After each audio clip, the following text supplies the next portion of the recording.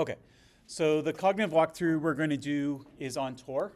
Now remember, a cognitive walkthrough from last time is a way of looking at the usability of software or something that's not software, but traditionally it's done in terms of software.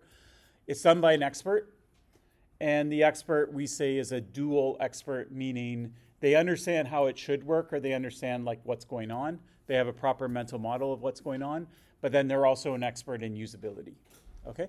So the goal of the lecture is, before we jump into the thing itself, the cognitive walkthrough itself, is to show you, first off, what Tor is and how it works so that you have some expertise in it.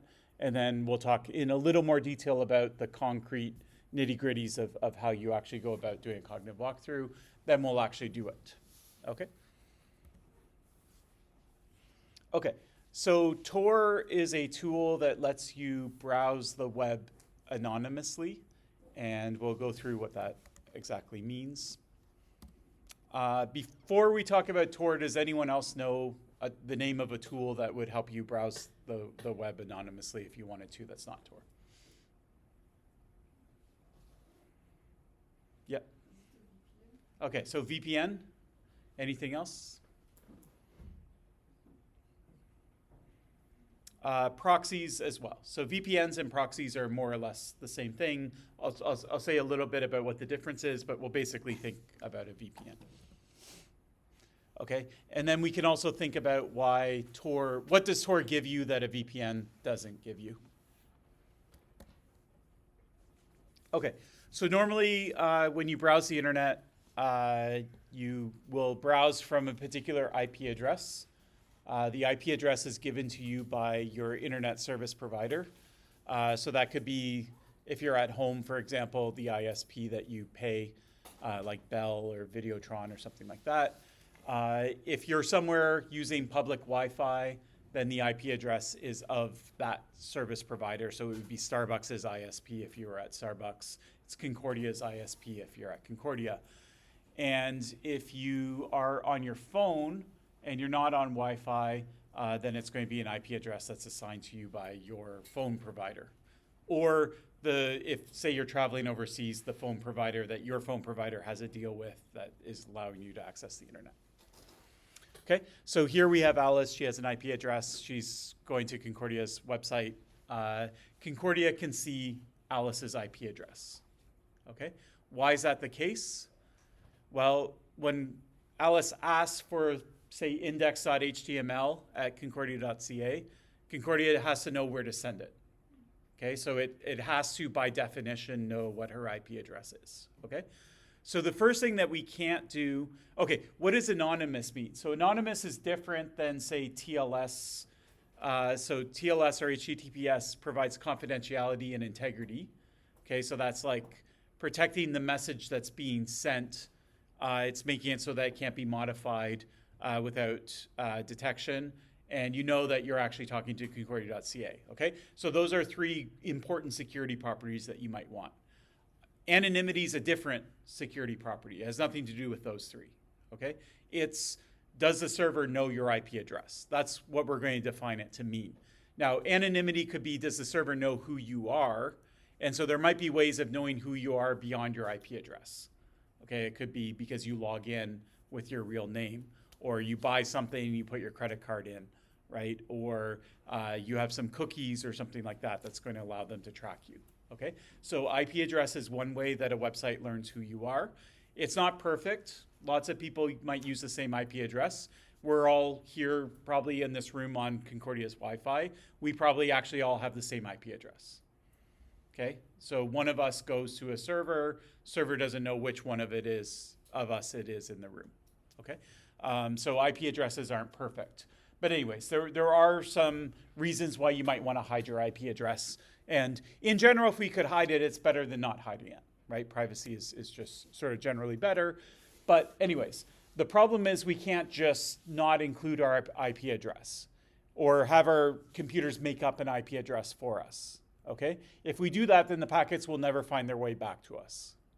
All right, so IP addresses are fundamental to how packets are routed on the internet. So it seems like there's no easy solution where we can just where we can just eliminate our IP address, okay? So the most common solution is to use someone else's IP address, but since they're going to be getting the responses back from the website, they need to be our friend. We need to talk with them, okay? So essentially what we're going to do is we're going to put them in the middle of our communication, okay? So we'll drop a server in the middle. So this could be a VPN or proxy server, and it has an IP address just like us. And basically, and it's expecting to help us with this task. It can't just be some random server that doesn't know that it's supposed to do this, okay? So this is a server that's specifically set up to be a VPN server or to be a proxy server, all right? And so what happens is I connect to the proxy and say, I want to go to concordia.ca, and then the proxy goes to concordia.ca for me. Whatever Concordia sends back to the proxy, it forwards to me, essentially. Okay, so what IP address does Concordia see in this case? Yeah, so it sees the proxy's IP address in the middle. Okay, so my IP address, Concordia does not know my IP address. Okay, now if you think of an adversary either that is Concordia or that's on the line between the proxy server and Concordia, they don't know my IP address. If you think about an adversary that's watching me between me and the proxy server, they know I'm talking to the proxy server, okay? But they don't necessarily know that I'm ultimately wanting to go to Concordia or not, okay? That's actually going to turn on whether that's encrypted communication between the two, all right? So is the communication between me and the proxy encrypted? Actually, I'll circle back to that in a second. Now, another thing that the server has to do is Alice isn't the only person that's using the proxy server at that particular time, probably. Okay, so the server needs to remember that Alice is the one that went to Concordia, so when Concordia responses come back, it's to forward it to Alice as opposed to the other users that are using it at that particular time. Okay, so the server has to sort of track this information, so they do have these logs, all right? Okay, so let's go back. If I'm an adversary between the proxy and Concordia, I don't know that it's Alice. If I'm between Alice and the proxy, I may or may not know, depending on whether that's encrypted. And if I'm the proxy server itself, I know everything, okay? And if I'm, say, law enforcement, and I want to know who was it that was accessing this website at this particular time, I see that an IP address comes from a proxy because Concordia kept that in their logs. Then I could go to the proxy, and if they have these server logs, then I could figure out that it came from Alice. Okay? All right, now the final question is, what about encryption? So this is the difference between VPN and proxy, more or less.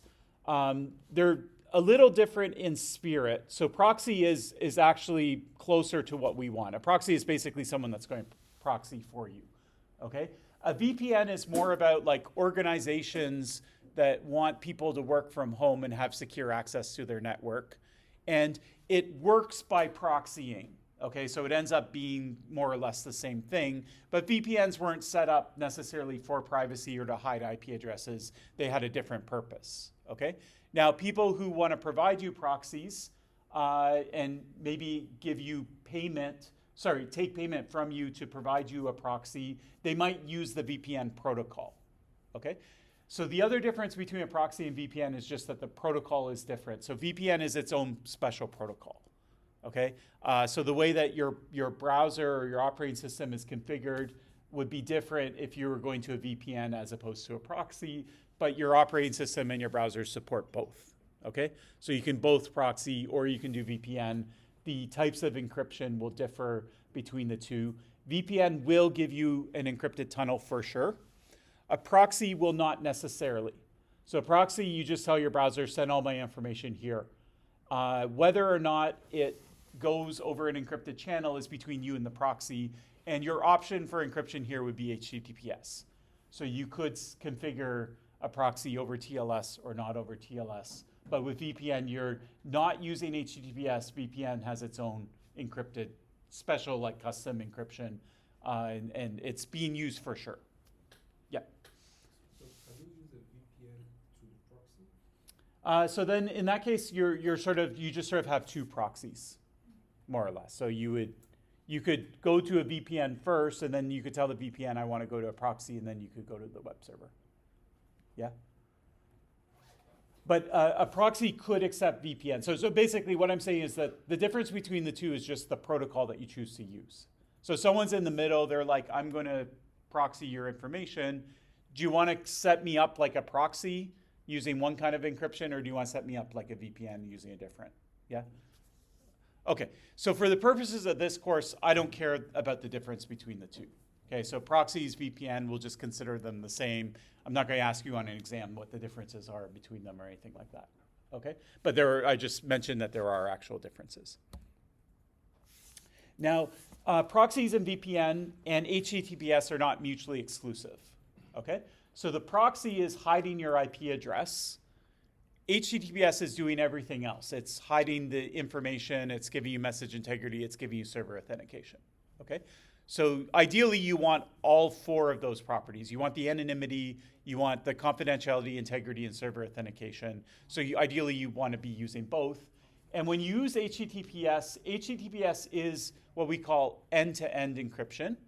End-to-end encryption means it's encrypted from your server from your browser all the way to the server, okay? So even though there's this proxy server in the middle, they're outside of the encrypted tunnel, okay? So they're seeing the information go by, but it's encrypted and they can't decrypt it themselves, okay? So you're safe in terms of like the proxy can't do anything, and the same thing about VPN, okay? So a VPN server can't read all of your information in the middle if you have an HTTPS connection all the way to the end, okay? If you don't, then it can read that information, okay? Okay, so what are the use cases for anonymity in general, whether you're using a VPN, whether you're using proxy, or you're using Tor?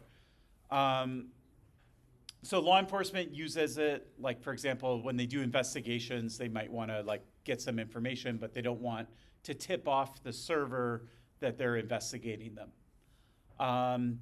People who live in countries where, any kind of illegal behavior. So basically like there's behavior that's either illegal or not, and that depends on the laws of the country.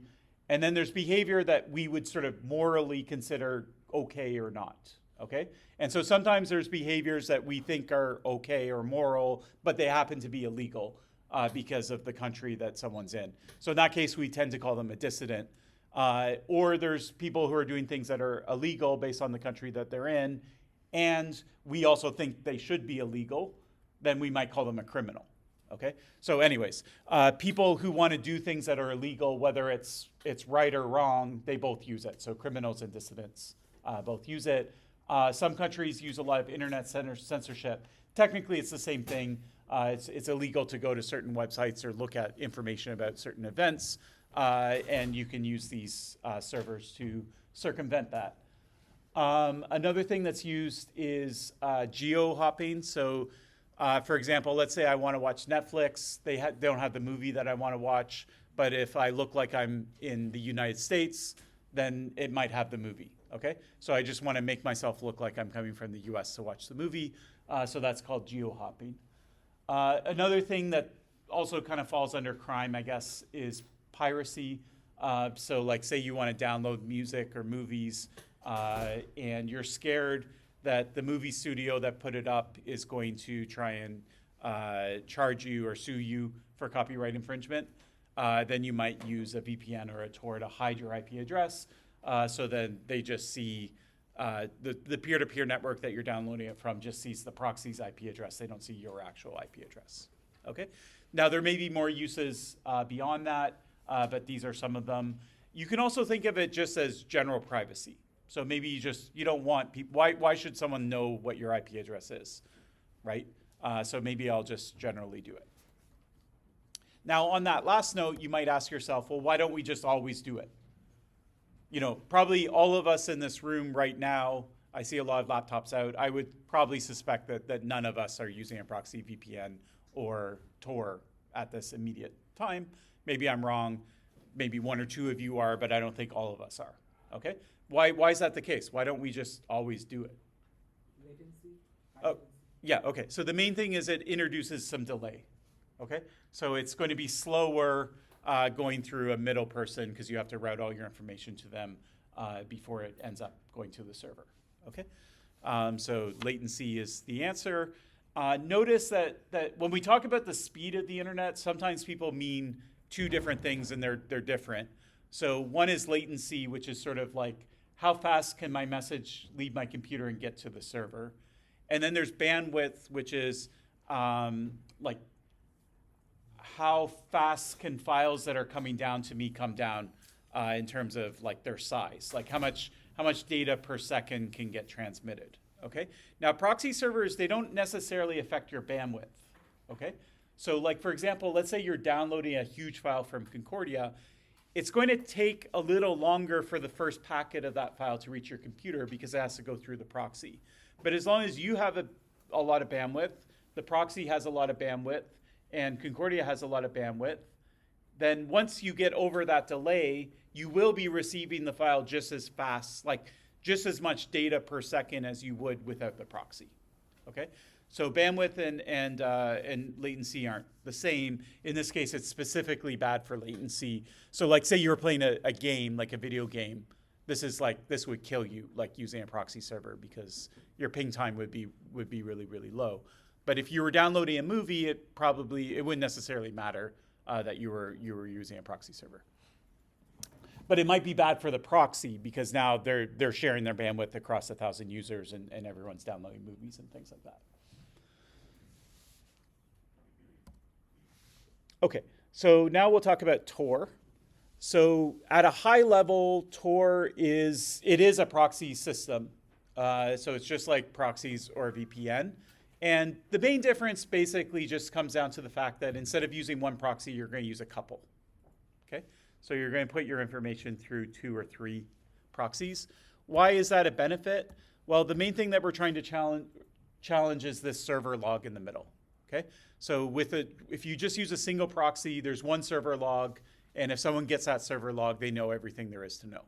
Okay, what we're hoping to achieve with Tor is we're going to put you through 3 proxies, and if you go to any one of those proxies, they only have partial information. Okay, they're not going to know the whole picture, and the only way you can link Alice to Concordia.ca would be to compromise all 3 nodes on the network. It's not sufficient to compromise one. But how we do that is going to be a little tricky in terms of basically how we kind of layer communication between Alice and the nodes. Okay, so the way Tor works is, first off, you need a client. Okay, so your computer's not just going to do this.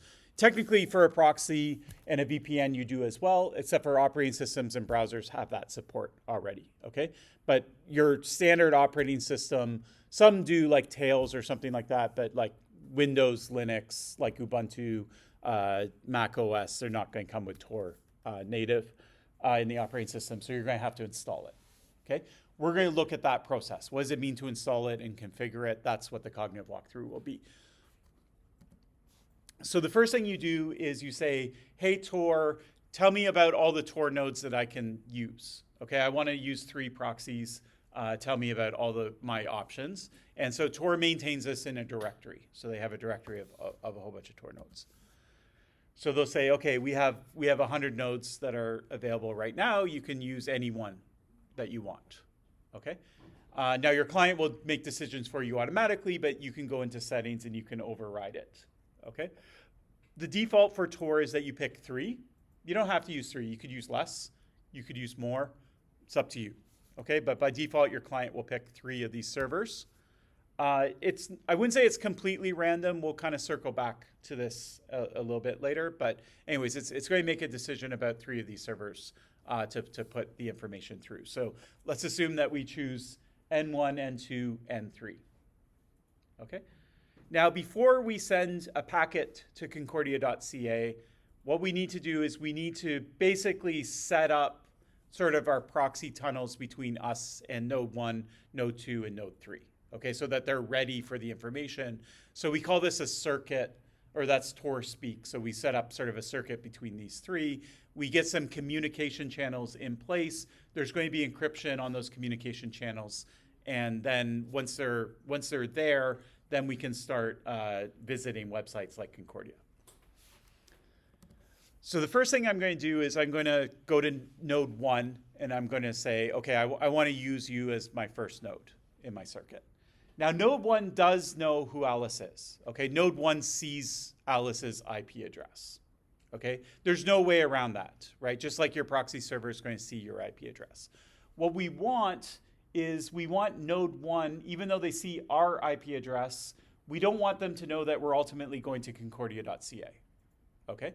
So what we want at the end of the day is that they only know that this user is using Tor to visit some website on Tor, but they don't know what website is being used. Okay? So they see that they're getting packets from this IP address. For now, they don't know where they're going. Okay?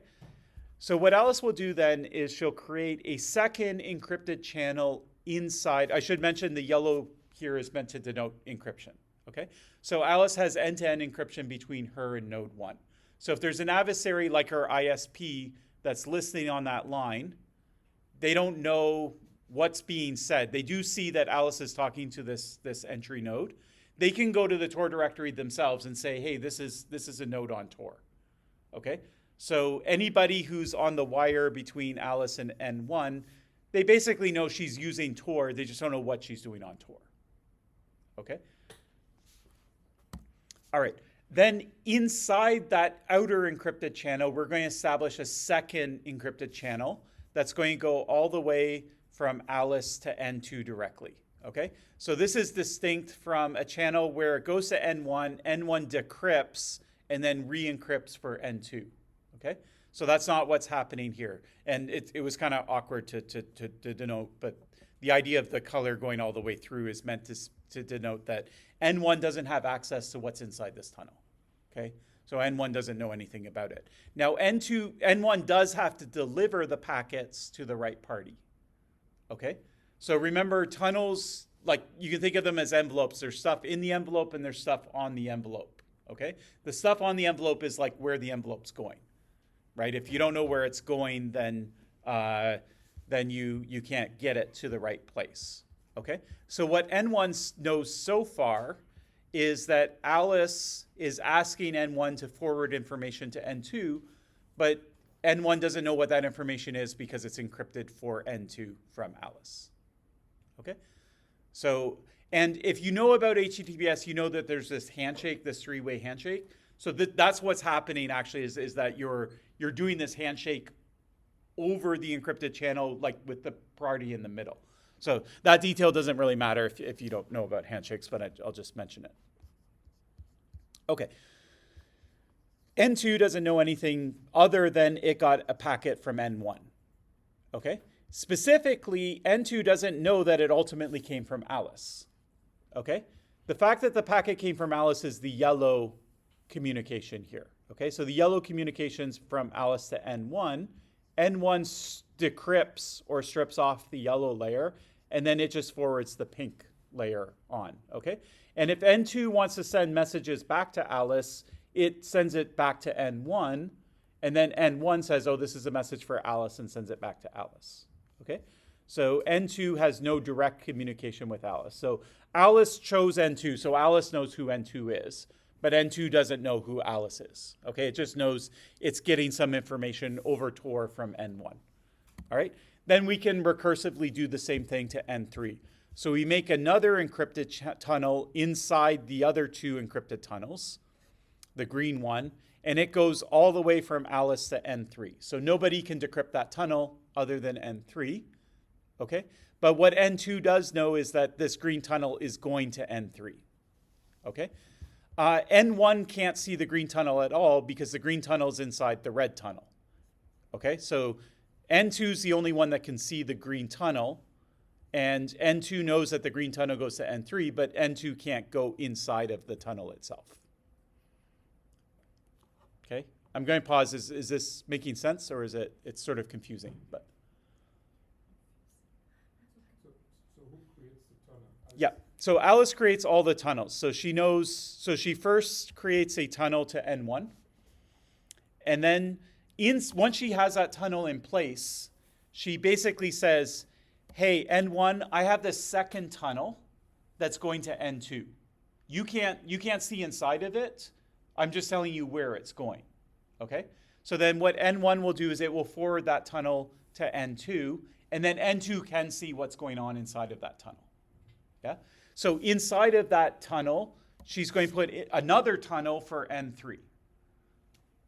All right? So then N2 will decrypt it. They'll see a green tunnel. They know that this is a green tunnel that's going to N3, but they don't know what's actually inside of that tunnel. They just know that it's going to N3. Okay? Then ultimately, she'll put her, I want to go to Concordia.ca inside of the green tunnel. Okay? In the inner layer, innermost layer. Okay? So N1 just sees, they have the yellow tunnel that they can decrypt and the red tunnel that they can see but not decrypt. Okay? And all they know about the red tunnel that's written on the outside is that it's going to N2. N2 can decrypt the red tunnel and see a green tunnel, but they can't decrypt the green tunnel. But they do know that the green tunnel is going to N3. N3 can decrypt the green tunnel. They see that it's a request to go out to Concordia.ca, so they'll go out to Concordia.ca and they'll get the information, and they'll basically send everything back the way it came. Okay? So N1 knows it got a message from Alice, it's going to N2. N2 knows it got a message from N1 that's going to N3. N3 knows it got a message from N2 that's going to Concordia. Okay? Nobody in this picture knows that Alice is visiting Concordia. Okay, Concordia doesn't know it. They just know that they got some packets from N3. N3 doesn't know it. They just know they got some packets from N2. N2 doesn't know it. They got it from packets from N1. N1 knows that they got some packets from Alice, but they don't know that they were packets that ended up at Concordia. Yes? Yep. So it will be encrypted basically in the same channels. Yeah. So you'll encrypt it, the green channel, all the way to Alice. So N3 will encrypt it all the way to Alice. And when it hits N2, they'll say, oh, I recognize that green tunnel. I'm supposed to send it on to N1. I'm going to create my own tunnel. It's going to go all the way to Alice. I don't know who Alice is. I just have a key for her. But I'm going to send it all the way to that key. And then, yeah, it basically goes back the same way. Yes? I have N3 sending a request to Concordia.ca. Yep. Basically, we are establishing HTTPS connection. So we are negotiating key. So Concordia.ca is sending a key back. So everyone, N3, N2, N1 knows the key in the plain text first when we establish a connection. So is it possible to any node to see into data, right? Yeah, okay. So you're talking about, I don't know for sure, but you're talking about the handshake phase of HTTPS, right? So so there's two things. One thing that's slightly wrong, and then a general property. HTTPS is meant to be run over an untrusted communication channel. So even forget about Tor. Let's say I just go to Concordia.ca. My ISP is in the middle. So I'm trying to get a key established with Concordia.ca, and my ISP is seeing every single encrypted message I'm sending. Because I don't have the encrypted channel yet, that's why I don't have it till I have the keys. Yeah? So the brilliant thing about TLS, which I'm not covering in this course, but you'll see it in 6.1.10, is that you can, believe it or not, get two parties to get a secure key that only they know, even if there's someone in the middle that sees every single message that goes back and forth between them. Yeah? So that sounds impossible. It was thought to be impossible. In 1970, somebody called, two people, Diffie and Hellman, came up with a solution to it. And now we all use some variant of that, more or less. Yeah. The other thing I would say is that these keys, let's say the handshake is happening from Alice. The handshake is only outside of one of Tor. Okay, so these tunnels, all the color tunnels you see on this is Tor's custom encryption, which is HTTPS. They say we're not going to reinvent encryption, we're just going to use HTTPS. But this has nothing to do with the lock in your browser. This is just Tor, stuff Tor's throwing on top. Okay, so The only people that would see that negotiation would have to be between these links, because once it leaves N3 back to N2, N3 is encrypting it with Tor, right?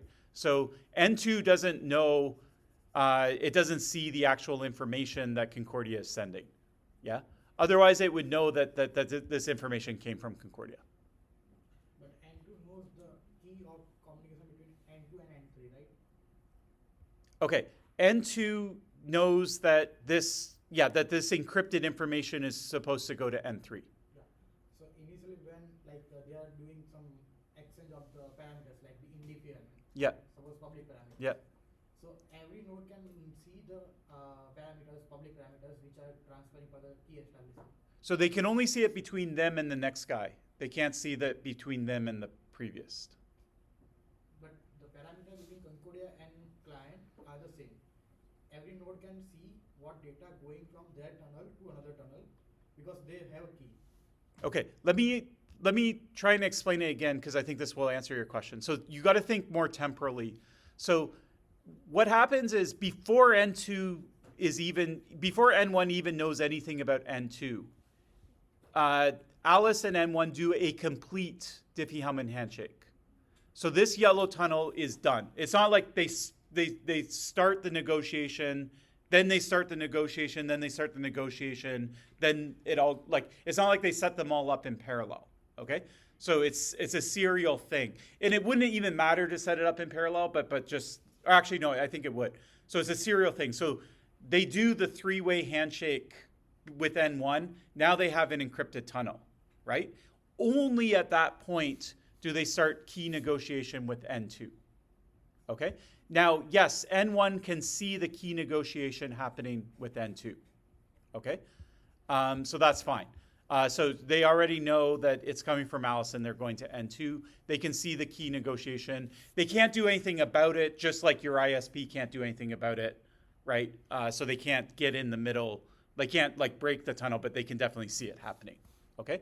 Then this complete negotiation happens, okay? So now we have an encrypted tunnel that's fully established from Alice to N1. We have a tunnel inside that's established from Alice to N2. Then Alice says, I want to do key negotiation with N3, okay? N1, because N3 is inside the red tunnel and the red tunnel is inside the yellow tunnel, N1 is in the dark. It can't see inside the red tunnel, and this negotiation is happening inside the red tunnel, right? So it loses track. It could see N2, but it can't see past N2, yeah? And so again, this complete negotiation happens. N2's the only one that can see that it's going to N3. They're the only ones that can see it, yeah? And then similarly, when N3 goes to the website, only N3 can see the website. No one else can see it because it's inside at least one tunnel from their perspective that they can't decrypt. Does that make sense? Sort of? Okay. All these details aren't super important, but anyways, I thought I would go through them anyways, but yeah. Because I have a question, you said N2 cannot see Alice's IP, right? Yep. But if they establish, like if they do a handshake, I mean, Yep. I So don't know how that works. yeah. Okay. So a handshake, the two ends of the handshake are keys, and your key has nothing to do with your IP address. So N2 does know that they're sharing a key with some client. They would know like what that value of the key is, or the public version of what that key is. But there's no stapling. Alice just made it up. So there's nothing to identify Alice with it. Does that make sense? Yeah. Okay, then what I didn't show was HTTPS. So right now we're just assuming this is a normal connection to Concordia. If you want to do HTTPS, you can put yet another layer inside, and then that would give you end-to-end encryption, which would be the purple that would go all the way from your browser to HTTPS, over HTTPS to Concordia, okay? So the purple is your browser's technology, and everything else is Tor's technology that they're giving you. So that's why you need a Tor client on top of your browser, is they're going to do the first three things, and then the purple is just sort of what normally happens. Okay, So this idea, like right here, you can see Alice kind of like feeding information inside. There's a tunnel inside a tunnel inside a tunnel inside a tunnel. Yeah, question? So you said the purple is your browser's HTTPS. Yeah, yeah. Isn't Tor used the Tor browser? It does, yeah, yeah. So the Tor browser is the Tor client that's on your computer. Yeah. So we'll get there because that's more of a usability thing. Originally, Tor would work with any browser. Technically, it still does if you want to configure it that way, just no one uses it that way. But Tor used to be something that you would download, and then you would get your browser pointed at the Tor software that was on your computer. And then the Tor software would take care of all this encryption and choosing nodes and stuff like that. It was completely unusable, right? It was a nightmare to configure, especially if you're not like a tech person. And so eventually Tor said, you know what, we're just going to give you a browser that's pre-configured for Tor. And then that actually does a lot to solve the usability issues. Yeah. So we'll circle back to that particular issue itself. But when I say the browser for purple here, I mean like Safari, like your normal browser, not Tor browser specifically. Yeah. Isn't the complete route is stored somewhere in the browser? Nope. Oh, well, yeah, sorry. On the client side, it might be. Yeah, so your client, at least as long as the circuit is active, it needs to know what all these nodes are. And it has to have the keys for all of the nodes. And then whether you retain that information or throw it away, I'm sure that the Tor software throws it away because it's usually privacy sensitive people. But yeah. So only if I'm Alice, I will see the complete route. Exactly, yeah. So Alice's browser, her operating system, if you break into her computer, you would see the complete route. But yeah, but if you're on the network itself, you're not going to see it. Yeah. If server do the trace route, Yep. it's going back to the Alice, right? The response is going back to the Alice. If server do trace route, he knows every single node between the communication. So how it's anonymous? Because he would just trace route to N3. The server doesn't know anything. He can't, like with a trace route, you have to put the IP address you're trying to reach. Yeah. And the only IP address that the server sees is N3's. Yeah? But your response is going back to the like 132.205.100. Yeah. Yeah, the response is going back because Tor is getting it back for you, right? So the server is basically, so it can run traceroute, right? But that's different. Like the server running traceroute is a request. It's not a response, right? It's not a response to something that someone sent to them. It's just a brand new communication channel that they're opening up. So they're free to ping any server on the internet, right? So there's nothing fancy that they can do to get it to go back. They can send responses back to N3, and N3 will just make sure that it will sort of package it up with encryption, and each of them will send it back to the node that they know about. So basically they know all the N1, N2, N3's IP as well, right? Sorry, say that again? Suppose some Alice is requesting some data from the Concordia.ca. Yeah. It getting a response via Tor. But if Concordia.ca server, you are running traceroute for the same IP, you know the hopes like N3, N1, N2's IP addresses. So the server running traceroute has nothing to do with you accessing it. Like you can access it, it can run traceroute, but they're two different things, right? One is like it's responding to some requests that people are making, right? And then at any time it can go out and traceroute anything it wants on the internet, but that's it starting its own communication, right? So it's a completely separate like line, yeah? And then the only thing you can point traceroute out at is an IP address.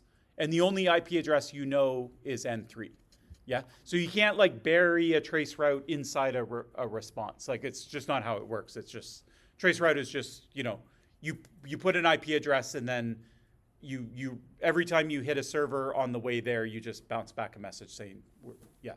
So anyways, the short answer is all you would learn is all the intermediary IP addresses between you and N3, and you couldn't learn anything beyond that.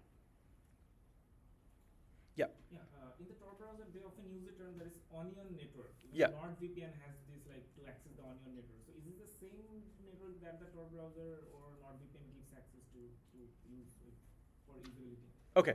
So this is sort of where I was going with it. You can see from the Alice's perspective, she has these tunnels inside of tunnels. Or you can think of it as like a layer of encryption and then another layer of encryption, then another layer of encryption. And so that idea is, it kind of looks like an onion, like onions have multiple layers. So originally this was called onion routing because you would construct these sort of encrypted onions where you would have multiple layers. You would send it to someone, they would take the outer layer off. You would send it to the next person, they would take the outer layer off, and then eventually it would get where it's going. So Tor originally stood for the onion router, and then eventually they were just like, it's just Tor. And there's some like, this is also called telescoping because it's kind of like, you know, you have tunnels inside of tunnels inside of tunnels. And telescoping is kind of a more accurate term than onion routing. Originally in onion routing, you would create the whole layered encryption at once. So you would create all of these tunnels at once, send it to the first one. They would take a layer off and then send it to the next one and take a layer off. If that's your mental model of how Tor works, that's fine. But what's happening here is you're actually completing a complete tunnel before you start the second tunnel. So you, like this first tunnel is completely done, then you start the second one, then you start the third one. In onion routing, technically you would do all three at once. So you would start the tunnel with all three layers of encryption. So that there's a small semantic difference there. So telescoping is like the more faithful to what actually happens. And Tor itself kind of changed how they did it over the years as well.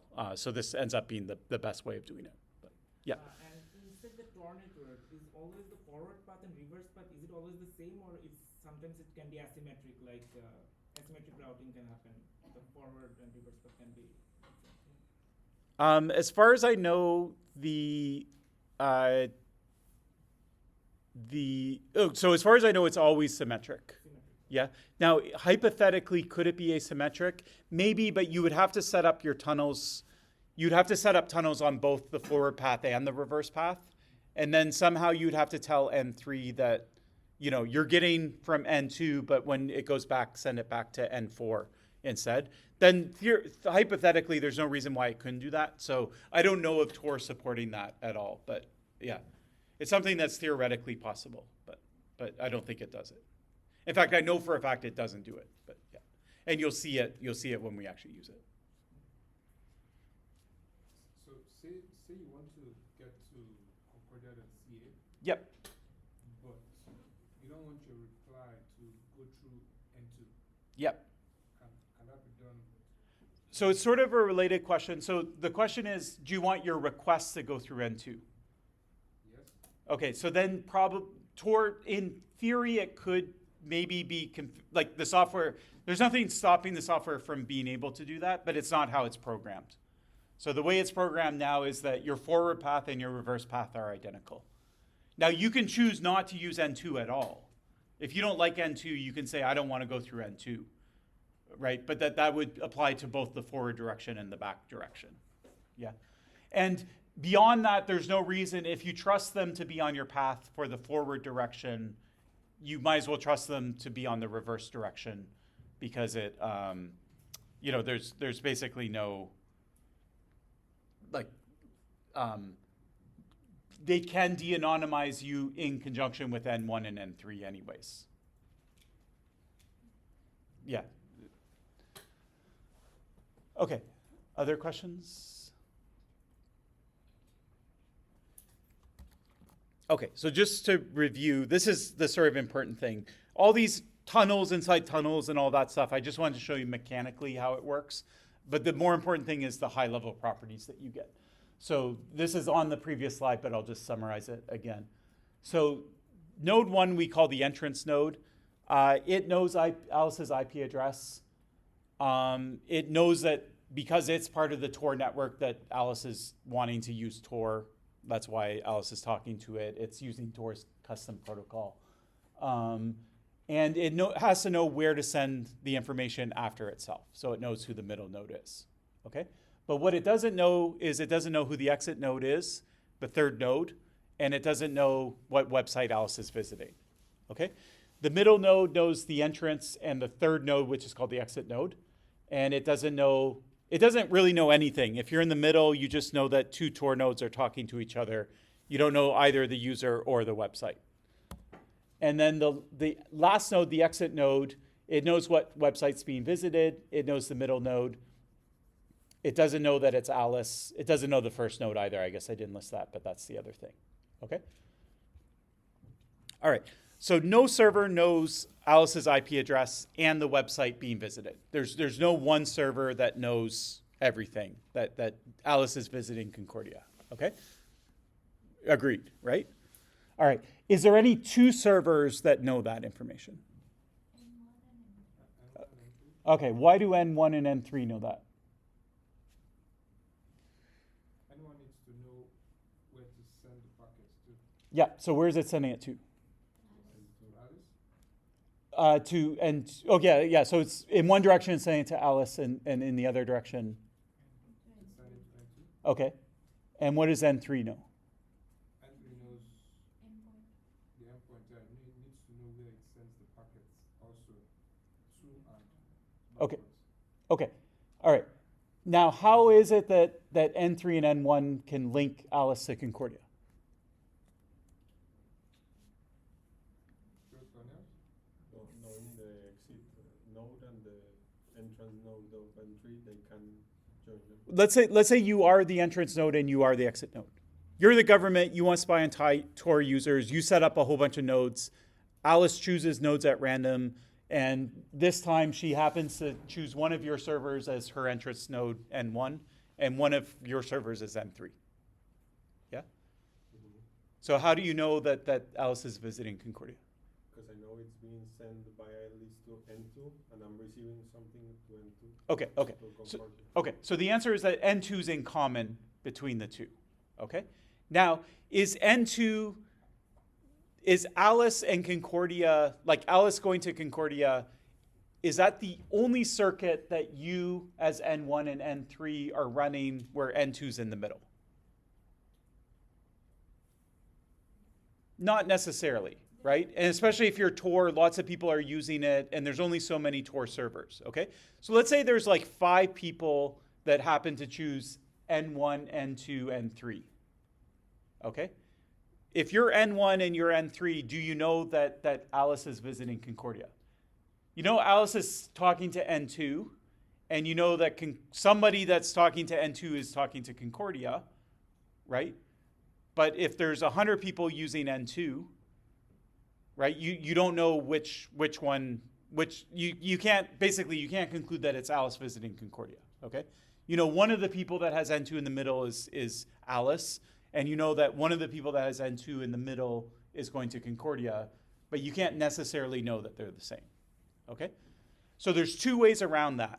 One way is you compromise N2 as well. Now you can be sure, okay? You see that it's set up, okay? The second thing you can do is you can use what's called timing, okay? So if you see a packet go from Alice to N2, and the packet has a certain size, and at this exact same time, like maybe a millisecond later, it comes from N2 to N3, and it happens to be the exact same size, right? Then there's no packets for a couple seconds. Then Concordia starts sending packets back, and you see a certain pattern in terms of the size, and then that pattern a second later emerges at N1. You know that it's the same person, okay? You don't know it, but you can infer it, okay? So what we say is that Tor is not secure if you can compromise both N1 and N3. Okay? Technically, you should have to compromise N2 as well, but because you can fingerprint these packets, that basically N1 and N3 is enough. Okay, so in practice, N1 and N3. So theoretically, you need N1, N2, and N3. In practice, you need N1 and N3. If you only have N1, if you only have N2, or if you only have N3, you're not going to be able to do anything. That's basically Tor's sort of threat model. Yeah. If I use a VPN over Tor, Yeah. would it act like my N1 or an N4? So it's your choice. So you can VPN, and then you can configure Tor, like your Tor, to go through the VPN to Tor, right? Or you can tell Tor, I want to go to a VPN. So you can put it either out in front or you can put it at the end. It's your choice how you configure it. Yeah.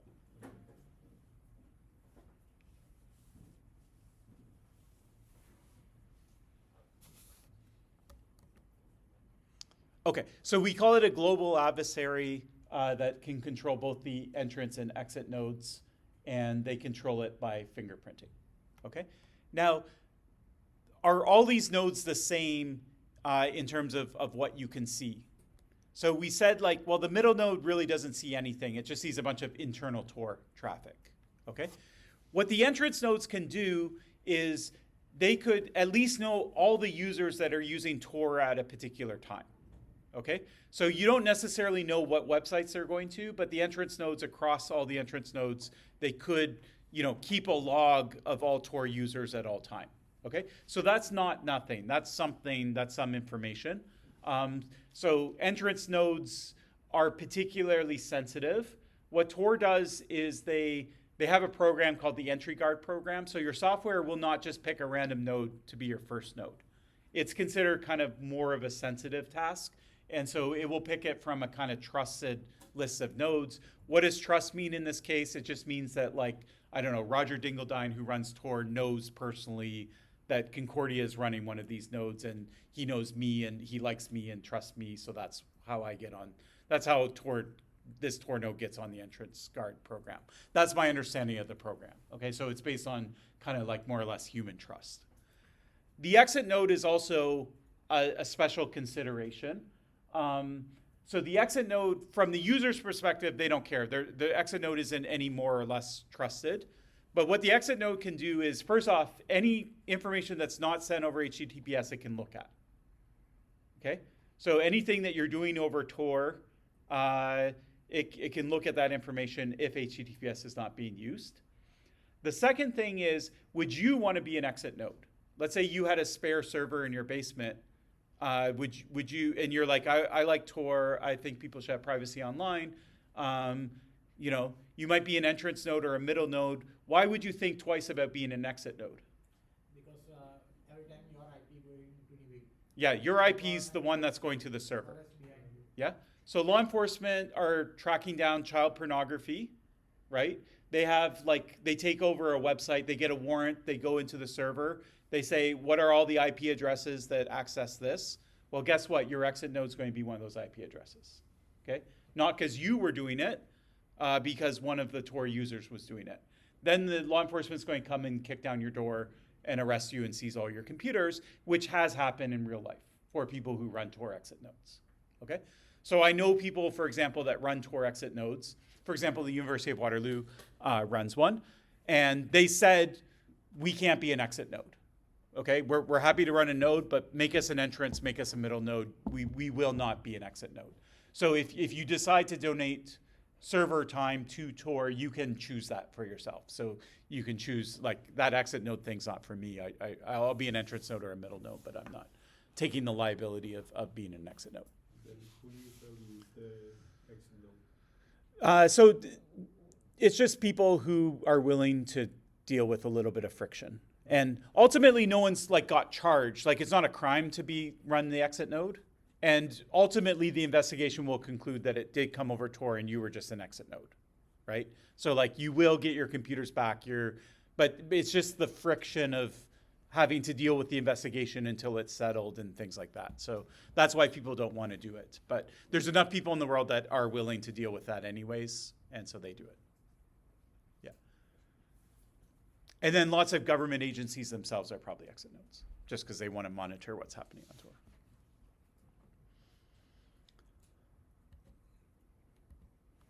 Okay, just a few other sort of random facts about Tor. So what does anonymous actually mean? What does it mean to be anonymous? Hiding identity. Not really. Okay, so what is identity in this case? Okay, so first off, it's strictly your IP address, right? Let's say you're going to facebook.com instead of concordia.com. Facebook doesn't know your IP address, but if you log into your account using Tor, do they know who you are? Yes. Of course, right? Assuming you use your real name and stuff on Facebook, okay? So It can't do anything about the actual information that you send, right? The only thing it can do is hide your IP address. So that's strictly what it means, okay? So Concordia says, hey, I just got this packet. I can see it came from N3. I can go to the Tor directory. I know that's Tor, okay? So I got this packet. It came from Tor, all right? I don't know who actually sent the packet, okay? Could it literally be anyone in the world?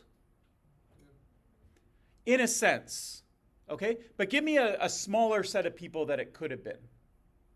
Whether or not that Concordia can observe this set or not. More technically, who are the set of people that this could have come from? Exit nodes. Okay, neither of those. So it's only the set of users of Tor at that particular time. Okay, so this did come out of Tor, so it had to be someone that was using Tor, right? If somebody was not using Tor at the time, you can say that it didn't come from them. Okay, all right. So when we think of anonymity in a more formal way, we often talk about anonymity sets. So anonymity, you could have like a very strict form of anonymity, like I don't know who did that, and I have no information at all. I know nothing about the person that did that. More often, what you have is a set of anonymity, an anonymity set, which is there's a set of people that could have done that, and I don't know which one of it did it, but I know it was one of the people in this set. Okay?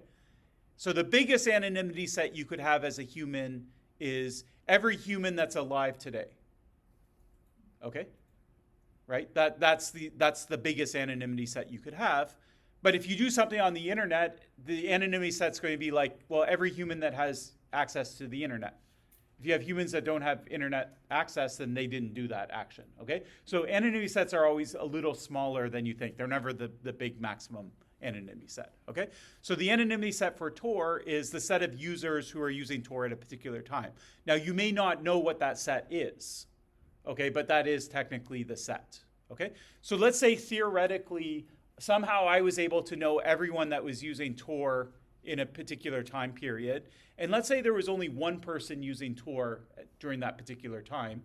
A packet came out of Tor to the website. Do I know who sent that packet? Yeah. I do.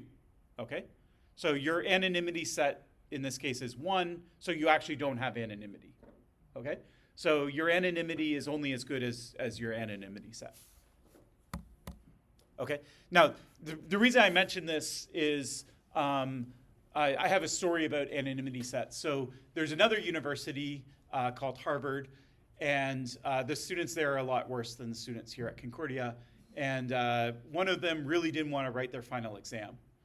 And so what they did is they emailed a bomb threat to the administration, basically saying, you know, you should cancel all the exams today because I put a bomb in this room or this building and it's going to explode. Okay. Now it was made up. There was actually no bomb. It was a hoax, but they did cancel the exam and the student got a couple extra days to study because they had to reschedule it. All right. Now the student obviously doesn't want to get caught. Why? It's a crime. Okay. So don't do this trick as much as you don't want to write your final exam. But the student was kind of smart, but we'll put them in the middle in terms of smartness. So they, first off, to issue the threat to the department, they decided I'm going to email it. I'm not going to call them or anything like that. I'll use email. And they use Tor. Okay? Now they use like not webmail, I guess. So they use just a normal email client. And so when you send email with a normal email client, it includes your IP address. If you use webmail like Gmail, it's going to include Gmail's IP address. So email keeps track of IP addresses. But anyways, they sent the email. And so Harvard looked at the email and they said, I see an IP address. Maybe we can catch this person. But then they looked it up and they saw, oh, it's just Tor, right? It's in the Tor directory. And so they sent it through Tor. All right? Is there any way this person gets caught?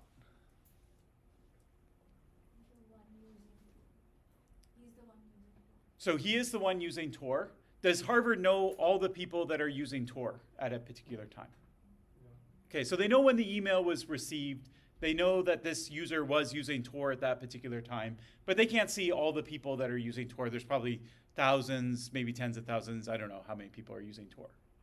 Okay, any other ideas? But at that time, the mail service only few people are using, right?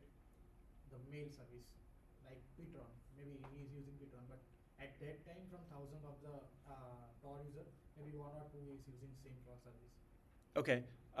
The mail service of Harvard's the receiving email server or the sending email server? Yeah. So you don't know who this. Well. Technically, you know. Yeah. Okay. Anyways, let's say that you don't have access to the sending mail server's logs. Does the IP through Tor alters also the header of the message itself of the email? Yeah. So there could be extra meta information, but let's say there's not. So Tor scrubs out all meta information that could be identifying. Hardware ID or MAC address of the device from where it was sent. Yeah, so there could be MAC addresses. That's more like at the routing level. So by the time the mail server would see the MAC address of the network device that sent it the packet, not all the way back to the user. They could see how many people had exams in that building. Yeah, sure. So then you would have an anonymity set of a couple thousand students. So that's better than nothing, right? Now you've narrowed it down a bit, but you still haven't found one person. Okay, let's go back to this idea of all the people using Tor at that particular time. Okay, that is your anonymity set. Okay, we said that Harvard they don't know all the people that were using Tor at that particular time. Okay, let me flip it around. Do they know anyone that was using Tor at that time? Yes, maybe if student using from the university network, they can know. Okay, let's say the student used it from the university network. Okay, now all of a sudden, the university, Harvard, is both here because the student is going into N1, and they're here because they're receiving the email at the other end. So because they received the email, and the email had an IP address and timestamp, they basically have information between N3 and themselves. And if they have logs of all the users that were doing anything on their campus wireless network at that time, or wired network, right, then they would have information that was sitting here as well. Okay? What did we say if you control, well, we said if you control N1 or N3, but the principle applies to anything before N1 and anything after N3, you're a global adversary. All right? So Harvard, in this case, is actually a global adversary if the student was using the wireless network. Turns out the student was. Okay? If the student had crossed the street and went to Starbucks and used their wireless network, Harvard wouldn't be a global adversary. Okay? Now, we don't know how many users were using Tor at that particular time. Harvard doesn't know that. But how many users do you think were using Tor on Harvard's campus network at that time? One guy. Guy, two. Yeah, one and a guy. Okay? So they went on the network. They saw that exactly one student was using Tor at the time that this email was sent, and the email was received from Tor. Is that conclusive proof that this person sent the email?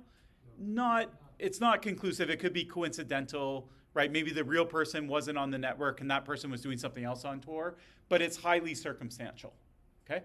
So they brought the student in and the student confessed right away. Said, yeah, it was me, kind of thing. Yeah. Did you know from the packet size? Yeah, so that would be the more sophisticated thing you could do. So if the student said it wasn't me, then it would depend on how detailed your logs were. So if you had the logs and you had the packet size, then you could say, you might even have like it at the same time, roughly like maybe a few milliseconds before. Then you could actually fingerprint it in addition to just the circumstantial evidence of this. Yeah. Could there be an instance where you would use a VPN on the system so they can't like trace him? Yep, so you can use a VPN that would bounce you back off, but then they would see you, it's sort of the same thing. They would see only one person's using the VPN, and then the VPN is sending the email. Now you could use a VPN and Tor, but anyways, if the student understood, if they had the proper mental model, they would know just don't send it from the university campus, go somewhere else. Yeah, that's a simpler solution. But you could like try and tunnel it off before tunneling it through and maybe get away with it. Question, how accessible is the Tor directory Yep. So everyone can see it in the world. Yeah, at all times. So it needs to be highly available, otherwise no one would be able to use Tor. So that includes government. So let's say you're a government and you don't want your people to use Tor. You could like go looking for traffic that looks like Tor, try and fingerprint it, or you could just say, what's the Tor directory? I'm just going to ban all those IP addresses. So that's generally what they do. Now what happens is Tor knows this, and so they have special IP addresses of nodes that are not sitting in the directory. So these are called bridge nodes. And it's more on like a personal basis. So they'll hand out lists of these like to people who are in certain countries that have a lot of censorship. And then those people will kind of hand them out to the people that they trust. And if the government got hold of them, they could ban all those IP addresses. But anyways, there is this sort of bridge program where things get passed out by hand. And then you connect first to the bridge. And then once you're from the bridge, it will talk to Tor. But the bridge is outside of your country. So you basically do one hop out of your country and then it kind of works. Yeah.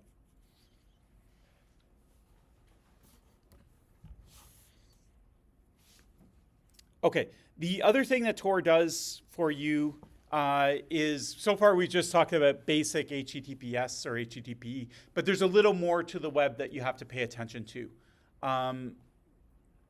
So the first thing is DNS. Okay, so you got to make sure that your DNS is also routed over Tor, otherwise it's pointless, right? You say, hey DNS, what's Concordia's IP address? Then you go to some website over Tor, right? Well, if I'm sitting at your Wi-Fi router and I see that DNS request, I know where you're going, okay? So it's kind of hard to get it over. Another thing that happens is cookies. So cookies are a thing that can track you. You're going to learn about cookies for assignment 2. And there's cookies like values that websites store on your computer. Those are like basic kind of cookies. But it turns out that there's other ways of tracing users or fingerprinting users. Like, for example, when you go around the web, depending on different websites that you visit, that website might have like, say, a custom font that just that website uses, okay? And so your browser will say, I don't have that font. And it doesn't ask you, it just, the website will say, that's fine, no problem, here's the font, like here's where you can download it. Your browser will go and it will download it, and then it will start using it, okay? And you don't even know what's happening. And it will remember that font. Then you go to another website, and that website uses that crazy font, then you already have it. Then you go to a third website, and the third website's like, I want to show it to you in this crazy font, but if you don't have it, I'll just show it to you in another font. So I'm going to ask your browser whether you have that font or not. Okay? And that's also permissible. So websites can ask browsers like different things about how they're configured or what version number they are or what things they have installed. And so what ends up happening is I go visit 1,000 websites. You go visit 1,000 websites. The websites we visit are slightly different. And so at the end of that experience, we have just slight variations in which fonts I have are a little different than the fonts you have. And maybe I'm on a slightly different version than you, and et cetera, et cetera, et cetera. And so that creates a kind of unique fingerprint. I might be the only person in the world that has these exact fonts and this exact version number and et cetera, et cetera. So everyone's browser ends up being kind of unique and then fingerprintable. So these are called super cookies because there's no easy way to like kind of change your browser so that it doesn't look that way. So what Tor does is they give you a browser. It's pre-configured. It will go over Tor, and it won't necessarily run things like JavaScript. We'll get into that in a second. And the other thing is it will be a clean browser that doesn't have any weird fonts installed or anything like that. So from a website's perspective, when you visit them with Tor, your browser looks exactly the same as at least everyone else that's using Tor. There's nothing unique about it that would fingerprint you as opposed to another user of Tor. So anyway, that's a sort of more subtle anonymity property that it provides. So they really try and think about everything and yeah. Okay, it's 7 o'clock, so why don't we take a 10-minute break? Then that's all I want to say about Tor itself, unless if there's other questions. Yeah. So basically, how the .onion work? Basically, .onion is a like kind of DNS we map with the one server. Yep. Darknet server. So anyone can understand if you have the IP. It's not required to only know the Trojan DNS, right? Yeah, sort of. So, okay, this is for your interest only. I'm not gonna test anyone on this. Tor offers a second. It's basically the same technology, but they offer a second configuration called Tor Hidden Services. And the picture is exactly the same, but imagine that the server is where Alice is, and Alice is where the server is. Okay? And so normally, Alice wants to go to Concordia. Alice knows what Concordia's IP address is, but Concordia doesn't know what Alice's IP address is. Okay? What Hidden Services does is it reverses it. It says you can put a server up and nobody will know the IP address of your server. Okay? People can come visit you, and since they're going to be using Tor anyways, you won't learn what their IP address is. But people can come visit your server even though they don't know what the IP address of your server is. Okay? Now that sounds impossible because how could you route a packet to a server if you don't know the IP address of it? Okay?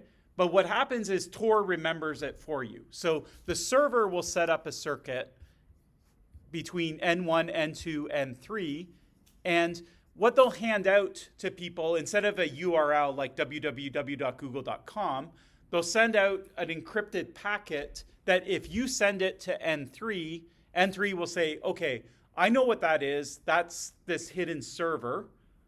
I actually don't know the IP address myself, but I know that N2 is the next node on the network. So I have this packet from you. That's fine. I'm going to take it and I'll forward it to N2. And then N2 is like, okay, I know what this is. This is a hidden server. I'm supposed to forward it to N1. And then N1 is like, okay, I know the IP address of where this server is, but I don't know who it was that was requesting it, right?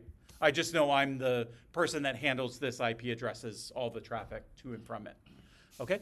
And so what you can do is you can set up a server and no one knows the IP address of it. And then no one can shut it down either, right? So there's been some notorious examples of servers that have used this. One of them, Silk Road, which was like kind of like eBay, but for like guns and counterfeit money and drugs and different illegal things. And law enforcement couldn't just go and shut it down because they didn't know the IP address of it. Now, eventually they figured it out. We don't know how. We think that they can break Tor, more or less. I think everyone in the world thinks that if the US government wants to break Tor, they can do it. We don't know how they're doing it, but somehow they're able to do it. So, anyways. Who runs the Tor network? Like it's an organization, like a single entity or multiple? Yeah. So Tor itself is a nonprofit organization. So there's a person like Roger Dingledine who runs the project. They more develop the software, I guess, but they kind of manage the ecosystem. I think they have some relationship, I don't know how formal it is, with an organization called the EFF, Electronic Frontier Foundation.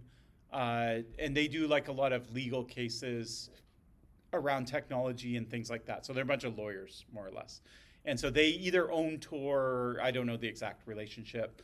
So it's somewhere between a volunteer project or it's associated with this nonprofit charity law firm kind of thing in the US. And then the people who run the nodes are volunteers. So anyone can run a node if you want to. Okay, other questions? Yeah. So, what does it mean when the exit node is poisoned? You would have to tell me like what it means. It would just mean, I guess, that the adversary is running the exit node. And then what's the consequence of it? Well, they can see the inside. They know what servers you're going to. They just don't know who you are, right? If you're not using HTTPS, they can see the contents of what's being sent. And then they're also only one server away from being able to trace you. So they've solved half of the battle. They just have to get an N1, and then they would be able to trace you as well. So in and of itself, having a bad N3 shouldn't be of consequence, but it gets them close. They can start doing stuff, I would say, if they can get an exit node. Since anyone can run a Tor node, so in that case, I mean, if that node who is running it is like an adversary or is sort of like not secured, so is there any standard that Tor authorizes this node who is running it? Like, does it check anything if it's secured or not, or if the person is poisonous or not? Yeah, so the entrance nodes, I think they do some manual checking, but then basically, as far as I understand, anyone can run an N2 and an N3. Now, what they will do is your client, when it builds a circuit, is it will try and bounce you between countries. So one thing you do know is what country is this IP address in, yeah? So it won't pick 3 US nodes to run through. It's going to pick one in the US, then it's going to go to the Netherlands, and then it's going to go to Brazil, and then it's going to bounce you or something like that. So it will try and bounce you around geographically, and probably so you're in different legal jurisdictions. But that doesn't necessarily mean anything. Like, for example, if you're hiding from the US government, they could have servers in the Netherlands or Brazil. Like, that's not impossible. As we heard that there is relation between the dark web and Tor, people use usually Tor network to use the dark web. So in that case, like, Yeah. how secure it is, because dark web itself is not secure. So. Okay, so the term dark web means different things, but probably the most common definition of it is actually these Tor hidden services that I was talking about. So like, that's technically what the dark web is. It's these servers and websites that you can only access through Tor, you don't know the IP address of. And instead of them having a URL, they just have a cryptographic key. And then .onion is like the domain name. And so you put in this key value in this .onion, and then Tor will figure out where to send it based on the actual information in the key. Yeah.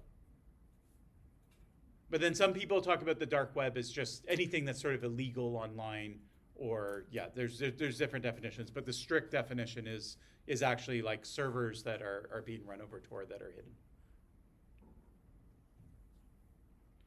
Okay, let's take a 10-minute break, and then when we come back, we'll talk about the usability side of things, not the underlying technology.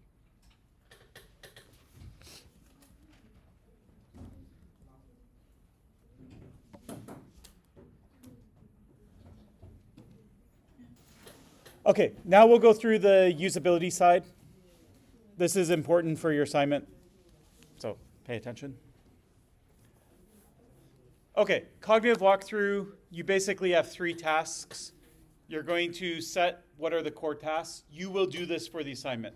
This is on you. Second thing you'll do is you'll set a set of guidelines or heuristics. This I will give to you, so you'll use the ones that are here. If you want to modify them, it's fine. Then you'll do the actual study itself. Okay, so core tasks are, I look at Tor and I say, I want to figure out whether this is usable or not.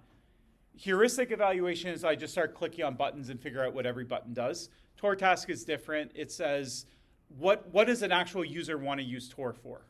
Or what do they actually want to do with it? Let me think about the common things they would want to do, and that's what I'm going to test its usability on. Okay? So for the purposes of today's class, we'll look at 3 things. We'll look at the user first. Before they can use it, they have to get it and configure it. Okay? So we'll call that core task 1. Core task 2 will be, let's go to a website anonymously over Tor and actually know that we're going over Tor. Okay? Like, be confident that this was anonymous and it actually worked. And then eventually we're going to want to stop using Tor. It's slow. We don't want to send all our traffic through, so I need to know how to turn it off. Okay?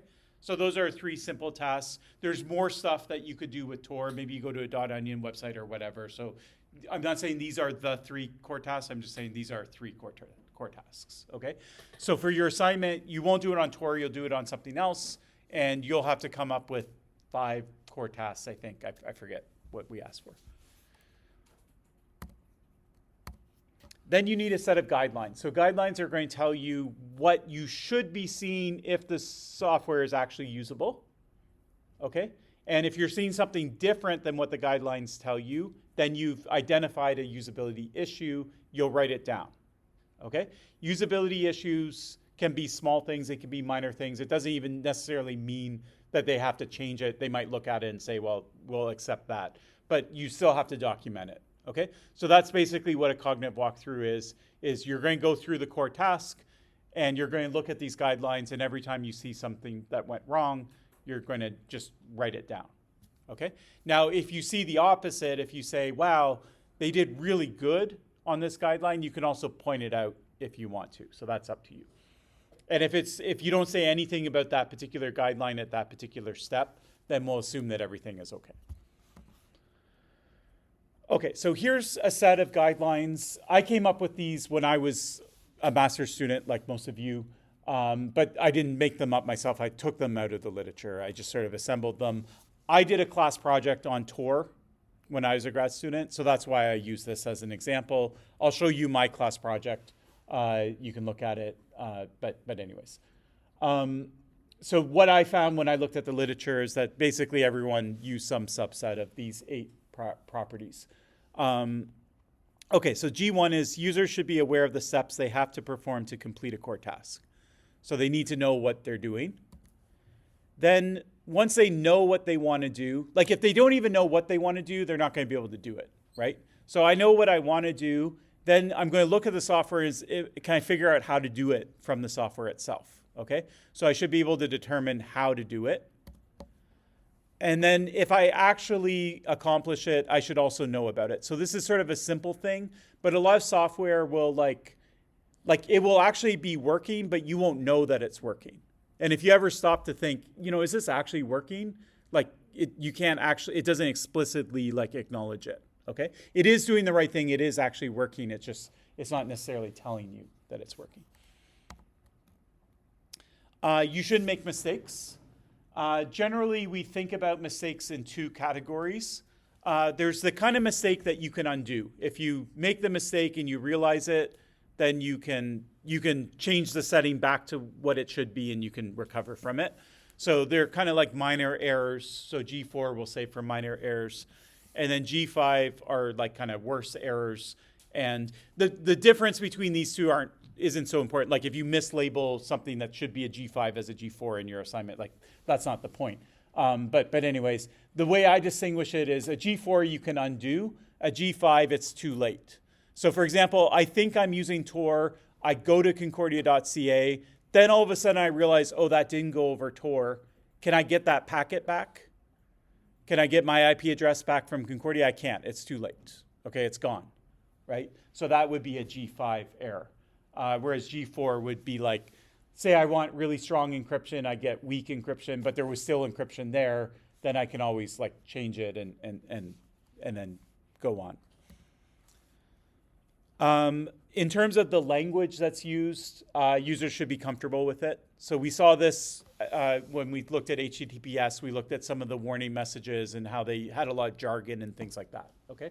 So if you see any kind of jargon or technical language, then you can say it does poorly on G6. You should be comfortable with the interface. So this is sort of a general category. If you can't fit what you're seeing into one of the other ones, it might fit into this one. You could just say it's sort of, the interface isn't great for whatever reason, and then list what the reason is. And then this one's sort of related to G3. You could argue G3 is sort of a special case of it, but you should be aware of what the status of the application is at all times. So for Tor, I should be aware that it's connected to Tor. So like there might be a green button that says I'm connected, and then it's red when it's not connected. So that would be an indicator to me of what's going on in the software. Okay? So sometimes software doesn't have that. You don't know what the current status is. Okay, questions about these guidelines? You're going to use these in the assignment, so make sure you're comfortable enough with them.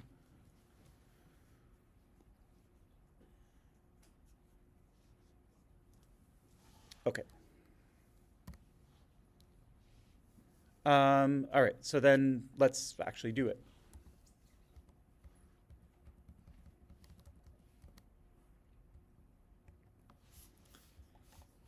All right, so I'll flip back and forth a bit between the guidelines as we do it. But just remember our core tasks are we're going to install and configure, we're going to engage in anonymous web browsing, and then we're going to turn it off. So it's just that slide.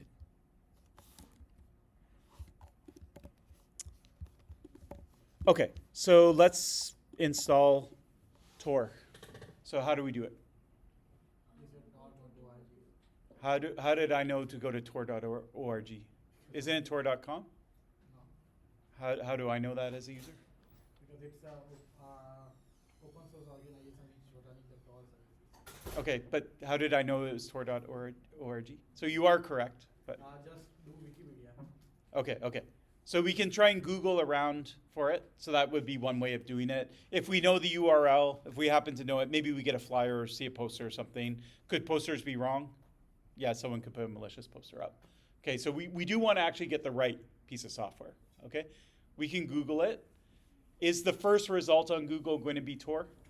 The real Tor? Not always, Why not? because it's a kind of depending on the SEO It Okay. can be apps. and clicks on the link. So there could be some other website that's pretending to be Tor, and somehow they were able to optimize their Google search terms or whatever to get ahead of Tor. That's probably pretty unlikely, I would say, because Tor is a big enough project, okay? But there is one kind of link that might appear before Tor in search results that's not an actual website. It would be an ad. So sometimes Google puts ads at the top. You can take out an ad saying download Tor and then send some malware version of it. Now Google will eventually find it and take it down. So that's something you have to be concerned about. So we can Google it. We can go directly to the URL. How else do you get software? Is there any other way that you might think? NordVPN allows to access the onion network. Okay, for that once we install it, we'll worry about that. Firefox also provide the Tor service. Okay, all right. I'm not using Firefox. I'm using Safari. How else, if I'm on a Mac, how else might I install software? It's just a general question, not specific to Tor. How do you find software to install? I find it from friends recommend it. I Google for things that I need. Is there like somewhere where I can go and just see all the apps that I might download? For Android, it's Play Store for it. Okay, so some sort of app store kind of thing. Yeah, so Apple has an app store. I think Windows does. Linux has one. So I could get it from the app store as well. Okay. Is every application in the app store? No, it's not. Okay, so Tor, it turns out, is not, at least last time I checked, but let's check it for fun.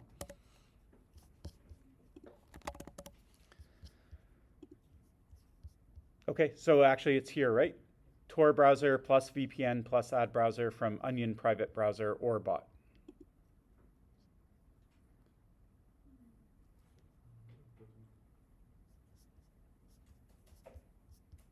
From Brick Dust Technologies.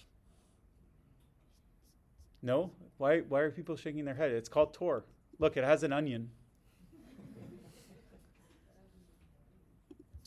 Actually, there's two Tors. Wait a minute, which one's right? This one has an onion too. Okay, so anyone can call anything they want. Okay? Are these actually Tor? I'm willing to bet, looking at them, that none of them actually are. Okay? So anyways, would a user possibly download Tor browser plus VPN plus ad blocker instead of the real Tor and think they got the real Tor? Yeah, they could. Absolutely, right? Is that a relevant usability thing to note in a usability report?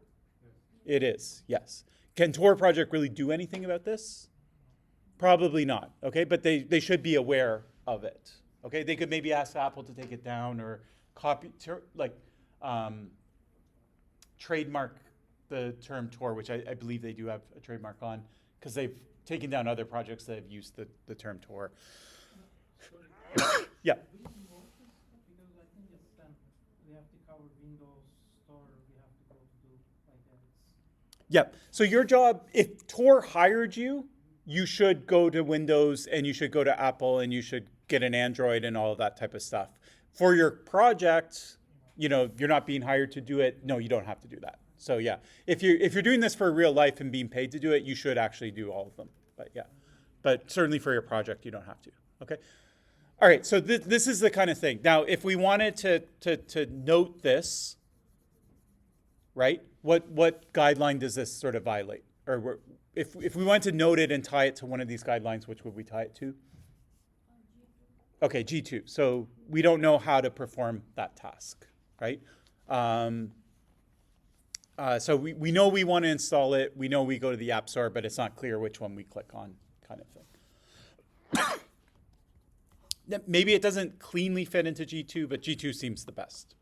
And this is kind of an art, not a science. It's not like some people, there might be disagreements, just like half dots or full dots on an evaluation framework. Like everyone's not going to get it exactly the same, but it should be roughly the same across the class.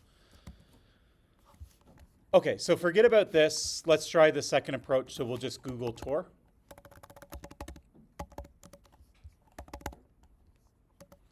And then I'm going to go to tor.org, which I was told to do as well.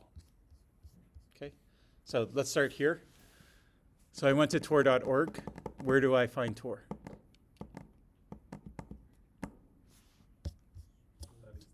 Okay, so don't rely on URLs. Maybe is a lesson there. Yeah, torproject.org. That's fine. Okay, do we think, is this an ad?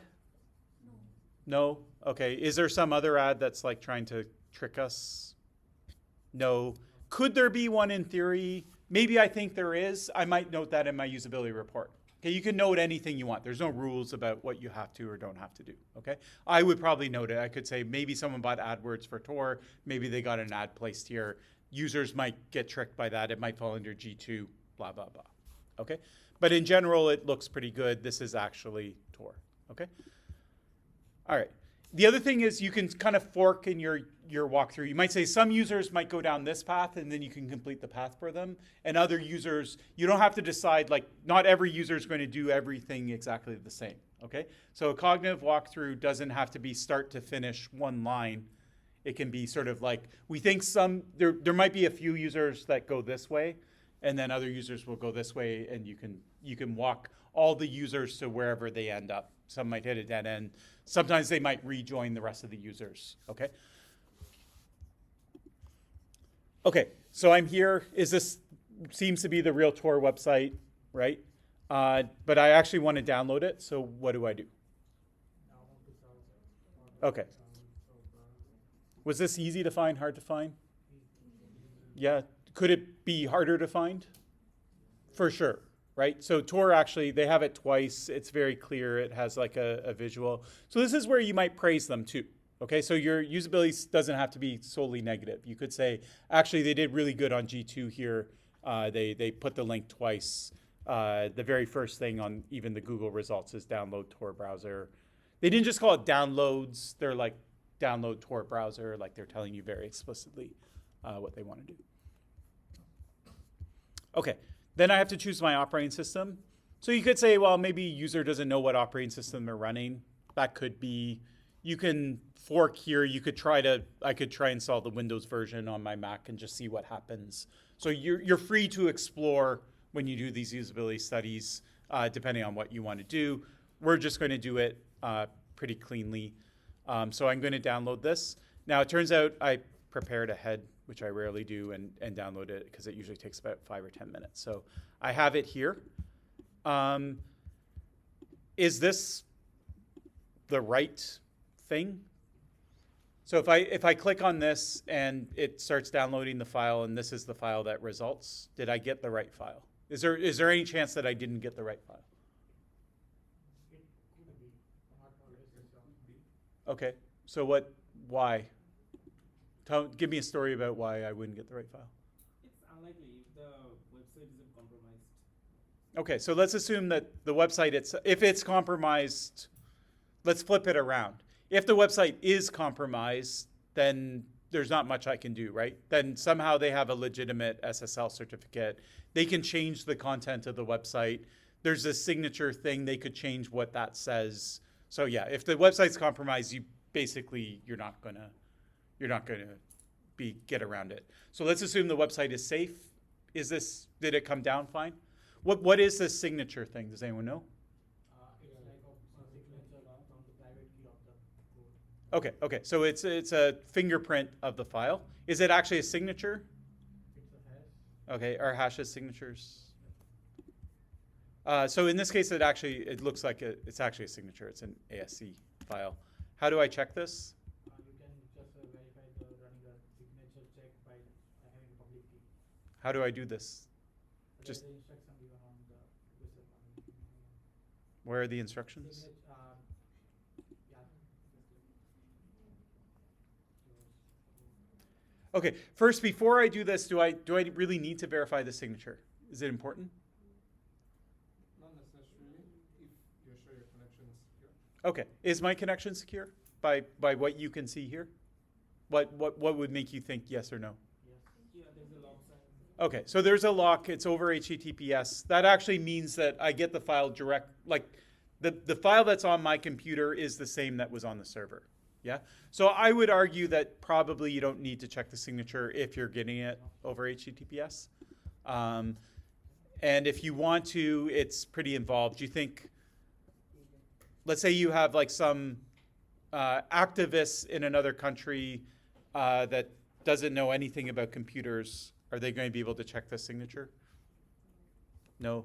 Do they think they know what install JPG tools is? Or type a few commands in terminal? This actually could be worded worse, but anyways, it's probably not the kind of thing that a novice user is going to be able to do. So you can note that if you want in your usability study, up to you. Okay, so now we're going to go ahead and install it. So I double clicked on it. Now what do I do? What does that mean, move it? Okay, all the Mac users know what's going on, and all the Windows users are like, what is this? Can I double click this? So I'm teasing you a bit. You can actually, and it will open it up, but it won't be, the version that's on my computer will be the version that's in this thing. Anyway, this is all like kind of Mac specific stuff. Okay, so I dragged it. All right, I dragged it, now what? Is it done? It's installed? Yeah? How do I open it? Now can I double click on it?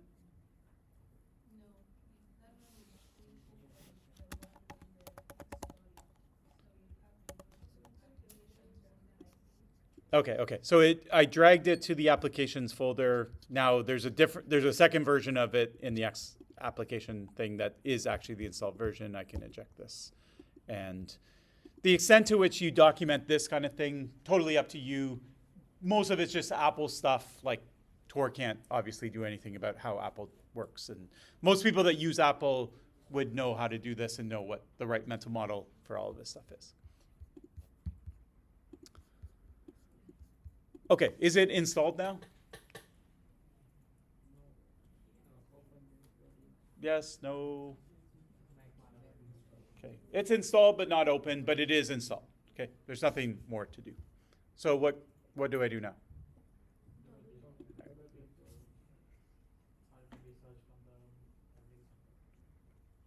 Okay, Tor browser is an app downloaded from the internet. Are you sure you want to open it? Safari downloaded the file today at 5:24. Apple checked it for malicious software and none was detected. Do I want to open it? Yeah. Is there any reason I might not want to open it? You didn't install it. Sure. Yeah, so maybe I didn't install it or at that time or something like that. Is there anything Tor could do to not have this message pop up? Would it be better if this message just never popped up from a usability perspective? I'd say yeah. I mean, why not? So is there anything Tor could do to avoid this? No. Yeah, It's a they can put it on App Store. Okay, so they can do two things. One, and they both end up being the same thing in the end. If they put it on the App Store, would you get this message? No. The answer is no. Why not? because it's Was already verified? trusted by the INSE. Okay, so Apple knows who Tor is. They're registered with Tor. And you can also do something called code signing within Apple. And so you still have to register with Apple, you get a certificate, then you sign your binary, but you could distribute it through the website, not through the App Store. And in that case, it would also sidestep this, okay? Why does Tor not do that? Yeah, I think that's the reason. Either they don't like Apple, they just don't like the power that Apple has. So it's sort of a philosophical thing, or it's just it costs money, why waste money on it? So it's probably one of the two things, I don't know which. Just one question. So, if in case the warning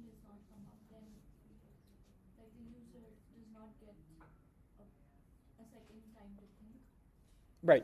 So the question is if the warning is meaningful. So I would say the warning is meaningful if Apple doesn't know who the developer is, then you should warn users, right? So I'm not saying that we should try to sidestep this warning for the sake of sidestepping it. Like a malicious app shouldn't be able to sidestep it. I'm just saying that Tor could make themselves more trustworthy from the perspective of the user, and then there wouldn't be a need to show this warning, if that makes sense. Yeah. So they are slightly different things. Okay, so I'm going to click open. Anyone scared? No.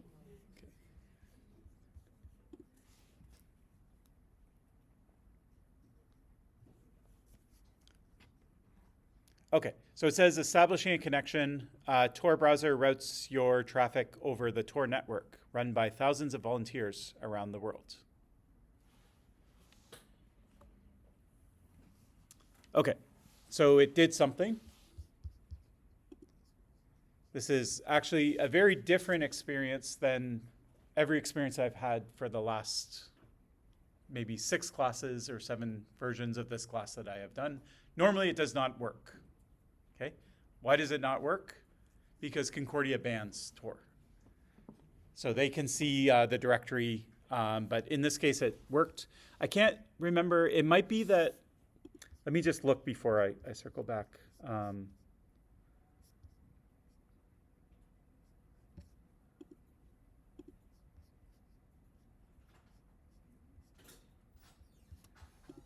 Yeah, okay.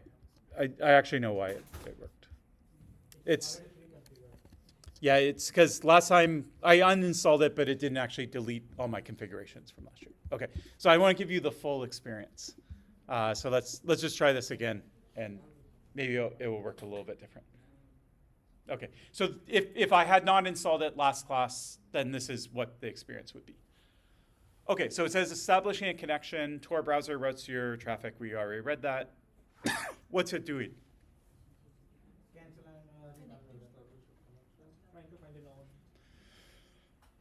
a node. Okay, it's trying to establish a connection. It's trying to find a node. Is it done yet? Okay. How long should we wait? Until it finds 20 seconds, 1 minute? Okay, let's wait 1 minute, 7:46. How long does it normally take Tor to connect? around 10 to 5 seconds. How do you know? We just Depending saw on it. the latency. Yeah, so you did just see it, so that's the problem. Okay, does a user who's never used Tor ever in their life and knows that this is kind of like a slow thing, do they know how long it takes? Okay, what's their mental model for how long it takes? 1 second. Yeah, maybe, or maybe they're like, maybe it takes 5 minutes. I don't know. So I would be noting in my usability study right now, I can see that it's doing something, but something seems wrong, I don't know what, right? I don't know if this is normal, it's slow because I've heard that Tor is slow, or if there's something actually wrong here, okay? What could Tor do to try and do something different here? Is there anything they could do? Maybe they can, like, a lot of websites have this message pop up, wait 1 minute or wait 2 minutes, something like that. Okay, so they could have like some sort of indication. They could do a timeout. I think they might eventually time out. I can't remember, but I would have timed out by now. Or at least you could at least change this and say, oh, it looks like we're having trouble connecting, there might be something, maybe it's just slow, or maybe it's, something else, and then after like 3 minutes or something, you could just say, okay, this isn't working. Now, another thing you saw that you shouldn't have seen is that, what's this thing here? Progress bar. The progress bar. Okay, so this is a progress bar. How do you know that's a progress bar? color shift.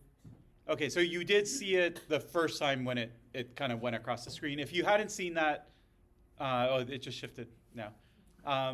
Okay, to me, like, that's a really cool progress bar. It's really, pretty. But at the same time, I wouldn't necessarily know that's a progress bar if it's not moving, right? If it's just sitting there, it kind of just looks like something cool on the website that, like these, what are these circles? They're nothing.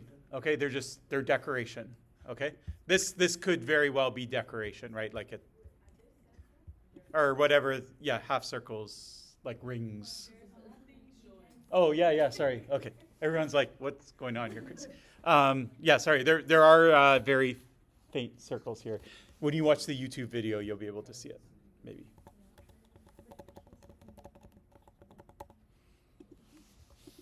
Okay. Are we ready to give up on this? Okay, so what's going on here? I already told you the answer, but what is it? Trying to establish a connection. Okay, it's not connecting. Why is it not connecting? Because Tor is trying to connect with the entry nodes, and those entry nodes are already blocked by the Concordia. Okay, so Concordia is messing with us. Okay, all right. Now, okay, so here it did actually eventually time out. Okay, so in my mind that took a little longer than it should have. So for usability, I would say I'm not liking G8. So in that middle, I waited about 3 minutes, and I didn't really know the status. I mean, it kind of said establishing, but I didn't know for sure like what the problem was. I didn't know if it was normal. Maybe it's a sort of G2. Like I didn't know did I do something wrong? Is it wrong? Is it normal? You know, I'm sort of in a state of confusion. Okay, so that I wasn't particularly crazy about. It took a long time, so that's sort of G7, right? I was uncomfortable. After a minute of waiting, I became uncomfortable with the interface because I didn't know like if this is normal or not normal. Okay. Then eventually it did the right thing. It timed out. Yeah. So can Tor use like a startup wizard? Use a which? Startup wizard. A startup. Wizard. Start wizard like. Oh yeah. bar. So this kind of is a wizard. Yeah, like it is kind of guiding you through it itself. But yeah. So wizards in general we like from a usability perspective, and there's a reason why lots of software use it. And this is kind of a wizard kind of interface. Like it's not in Windows, but it is going step by step for how to do it. Yeah. But it could do something different for sure. And you can give suggestions of like things that you would rather see instead. Maybe with some more information than just the colorful bar. Yeah, exactly. Yeah. So that's another thing. So the bar itself, you could classify under U7. So it's an interface element. It's a visual cue of the website. So you could say, it was nice to look at, but I didn't know that it was sort of fashion over function. Let's put it that way. Okay, let's take a look at this. Okay, so it says connect to Tor, connection assist, try a bridge. So I actually don't know really what these three things are, but let's just go on. Tor browser could not connect to Tor. Okay, so that's pretty clear. Is that like jargon? Not really, most users could understand it. It's hard to simplify it. So I could say, okay, so far it's looking good in terms of G6, right, which is the language. If Tor is blocked in your location, trying a bridge may help. Connection Assist can choose one for you using your location, or you can configure your connection manually instead. I have a view logs. This sounds like a technical thing. They hit it. They didn't just show it to me. So if you're a tech person, you click on this. Otherwise, you don't. Unblock the internet in automatic. And there's a bunch of different countries. And then try a bridge. Okay, so am I on Tor right now? No. These are obvious questions. Okay, so G3, do I know whether I successfully completed the core task? I know that I'm not on Tor. I know I haven't successfully completed it yet. You are not connected to Tor. Okay, so that's pretty clear. G2 says I should know what the next step is. I want to connect to Tor. I know what I want to do. I know I'm not connected to Tor. So now I have to perform the next step. So what am I going to try? A bridge. Okay. Do I know what a bridge is? I have no idea what it is, but if it's going to get me connected, then let's do it. Sound good? Okay. What actually is a bridge? I briefly mentioned it. Merging two connections to networks. So a bridge is actually another one of these servers that just sits outside, and you connect to it first, and then it connects to the rest, but it's not in the Tor directory. So when Concordia bans Tor, what do they actually do? The band directory. Yeah, they either go into the directory and ban all the IP addresses, or they actually just ban the directory itself. If I can't ask the directory for the nodes, then I can't, okay? But the bridge won't be in the directory, so there's a chance that they didn't ban. Now, could Concordia go to Tor and ask for all the bridge addresses and ban them? They could, in theory, okay? Did they actually do that? We'll find out. So I'm going to choose Canada, try a bridge. Canada is the country that we are bridging to, or the country from which we're bridging? All right, so it says unblock the internet in. Okay. So I would take it to mean the former, but that's something you could note. So you could say it was confusing. I wanted to look like I was coming from the Netherlands and I'm in Canada. I didn't know which to choose from the list. That's G2. Yeah?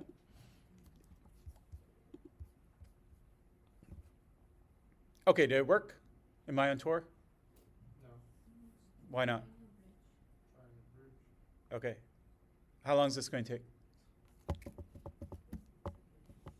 We don't know. We don't know. 3 minutes, maybe. The last one took 3-4 minutes.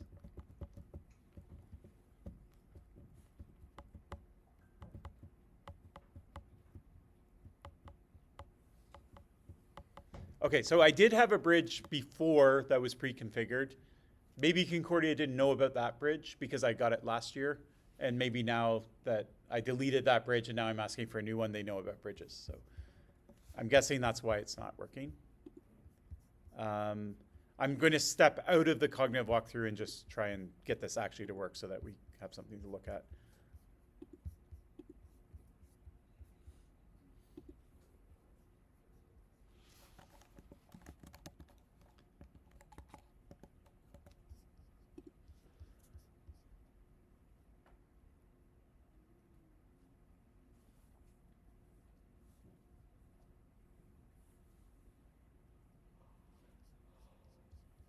Okay, so let's say the bridges aren't working. There's one other thing I can do, which is I'll connect through my cell phone. So now we're off Concordia's network, and we're on Bell. Let me exit the browser, and I'll show you what most users' experiences would be if you weren't on an internet that was trying to block you. But it's good to study this in the context of an internet that is being blocked because most of the users, that's why they're using Tor in the first place. Okay, so this is what it looks like. First off, am I on Tor yet? No. Okay, so it says connect to Tor. Also, I like this up here. It says not connected. Okay, this right here is really, really good for G8. You should be aware of the status at all times. It's telling me explicitly that I'm not connected. It also says connecting. Now what does it say? Okay, am I on Tor? Okay, how do I know it? Okay, so what I'm looking for is G3. I know I successfully completed a core task. You said status bar, where is it?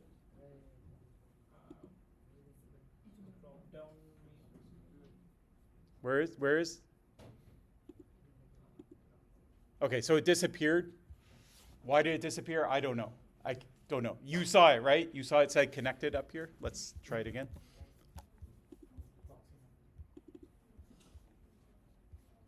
Connecting, connected. Wait a minute. Boom, gone. Okay, is that good that that disappears? Probably not. I mean, it saves user interface, but in terms of G7, should be aware of status at all times, right? If you miss it, if you're really excited about everything else that was going, you might not notice it, okay? Let's say a user did miss that, okay? They missed that queue. How do they figure out whether they're on Tor? It says you're ready to. Checking the their wrong IP one. address like ping.eu or what's. Okay, is this Tor give us this text, or is this just the website? Could DuckDuckGo change this to anything they wanted? Yeah, probably, maybe not.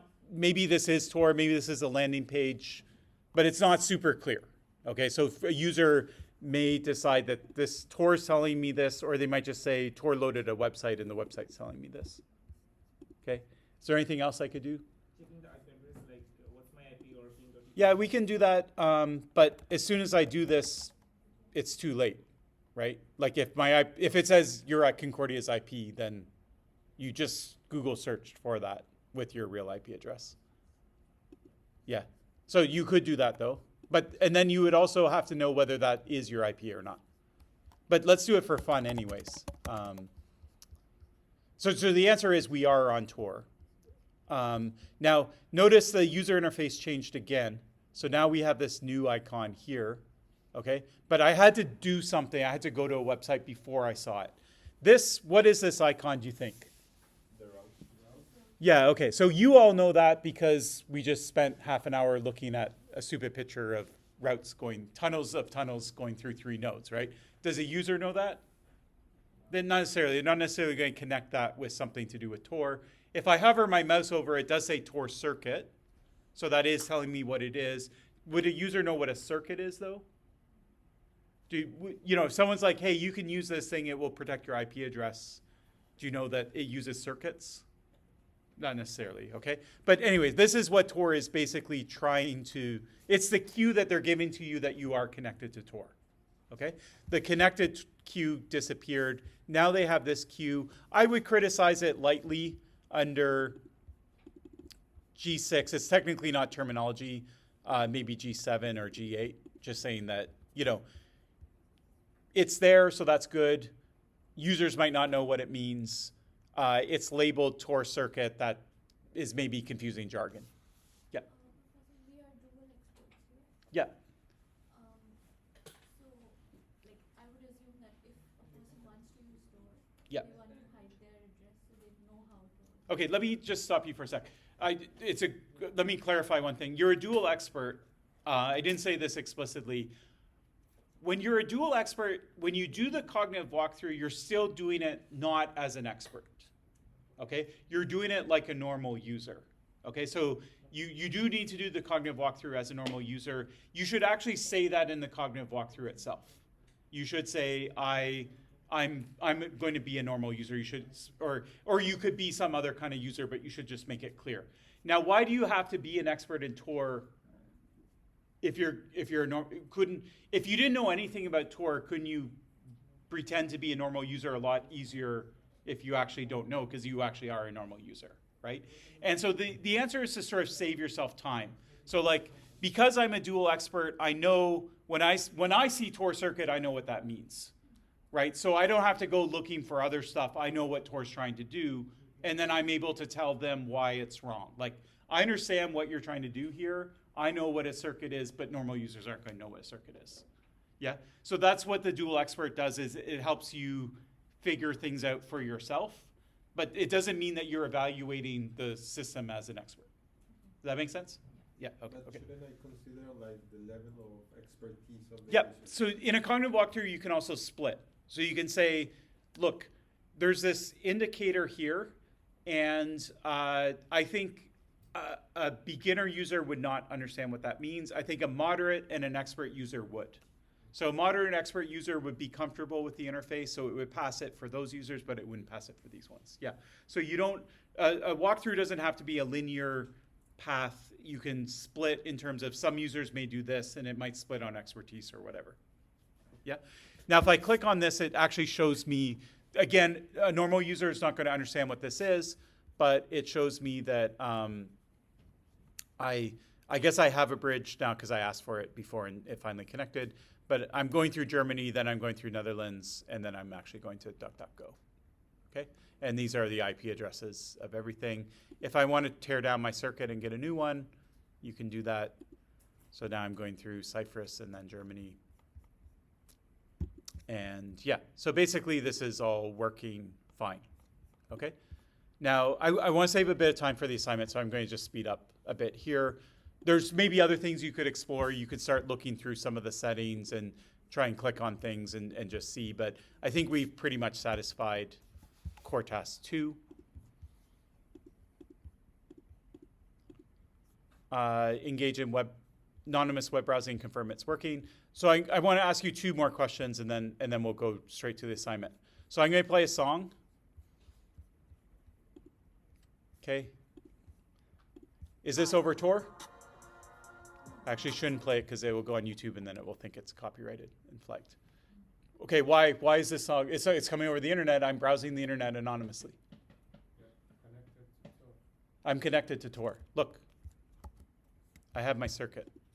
But the browser is connected to Tor, not the entire machine. Okay. The internet is connected to Tor. Which is it? Is it this browser or is it the internet? Browser. So if I open Safari and go to Moodle, is this over Tor? No. Okay. How do you know? You sure? You can check the IP address is still. Oh, that's how I would figure it out. But how you were also very sure. How do you know that that wasn't over Tor? because, I'm connected. because both are different browsers. Okay. All right. So this is something where some users might get confused. Could you imagine that a user might install Tor, see that they're connected, see their circuit, open up their music app, and expect that because they have a circuit for this, that it would go over Tor too? Probably, right? Okay. So, but the dual expert, because you are experts, you know that Tor is a browser, and so everything that happens in the Tor browser is over Tor, and nothing else is. Okay. What about DNS? DNS, technically it's the operating system, not the browser that does it. Okay, it is over Tor, they made sure of it, but it's not a very natural thing that would necessarily occur. You could definitely program a bad kind of anonymous browser that would slip up in that regard. Okay, I want to stop using Tor, what do I do? Where's the disconnect button? Okay. All right. So again, because it's this model where everything that happens in this browser is over Tor, everything else is not, even if I'm using them at the same time, if I want to get off Tor, I need to not use that program. Okay? Can I use the Tor browser to go to Google not over Tor? So you may or may not know the answer to it, and the answer is no.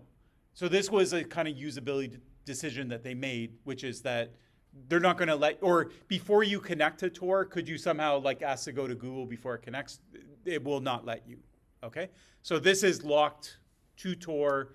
You can't browse the internet not over Tor. Basically, it will only work when it's connected, okay? So if I'm actually on it, going to websites, it is connected to Tor. Otherwise, it wouldn't be working, right? Module, some exploit or something like that somebody figured out. Okay. Anyways, we could have spent more time on it, but I think you've seen enough that you kind of get an idea of what you want to do. So basically, you're going to go through the core tasks. You're going to comment. You don't have to comment on all of G1 to G8 for every step, okay? You only have to pull in as it becomes relevant itself. Let's look at the assignment itself and just make sure that there's nothing else that I want to say. Sorry, this is the other course.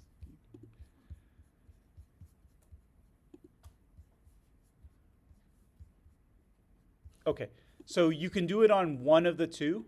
The idea is that you choose one, not that you do it on both. Okay? If you run out of core tasks, well, actually, I'm not going to even say that. Just do it on one or the other. Okay? The reason I give you two is because I'm always scared that this is going to become paid at some point and not exist anymore. So I think this is still free today. What I want is 7 core tasks. So first thing, you should read a bit about what these things do. I hope you did that last week. That was your homework. And then this week you can just jump in to the cognitive walkthrough. But if you haven't done it yet, do that. Just so that you know what's going on, because you won't be able to come up with core tasks if you don't know actually what it's doing. And then come up with 7 tasks. I don't want like pages and pages about each task, so something like 3 sentences. So just say what the core task is and why it should be considered a core task. It's not a fringe task. Then choose 3 of them.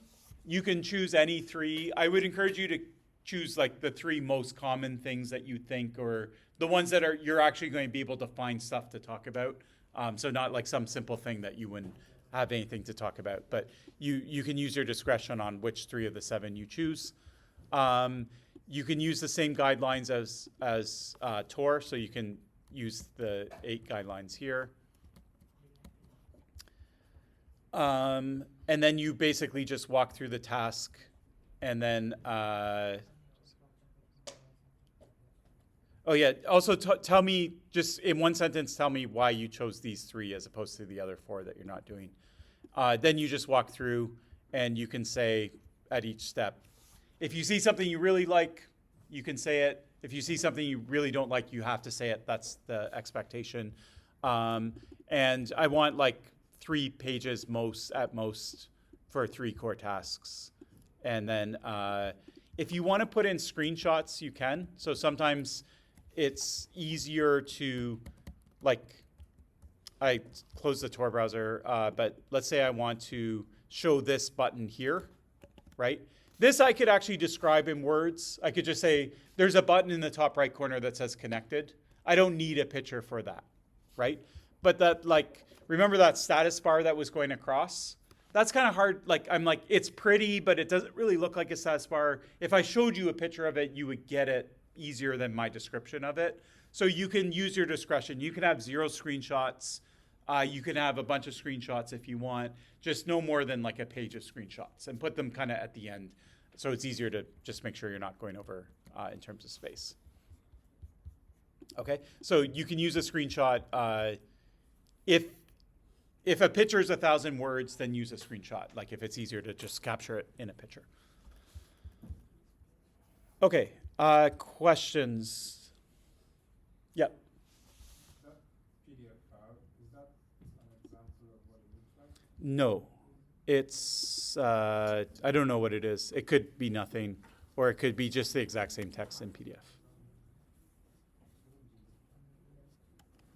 It's just the same text that's already in PDF. Yeah. Okay, good question.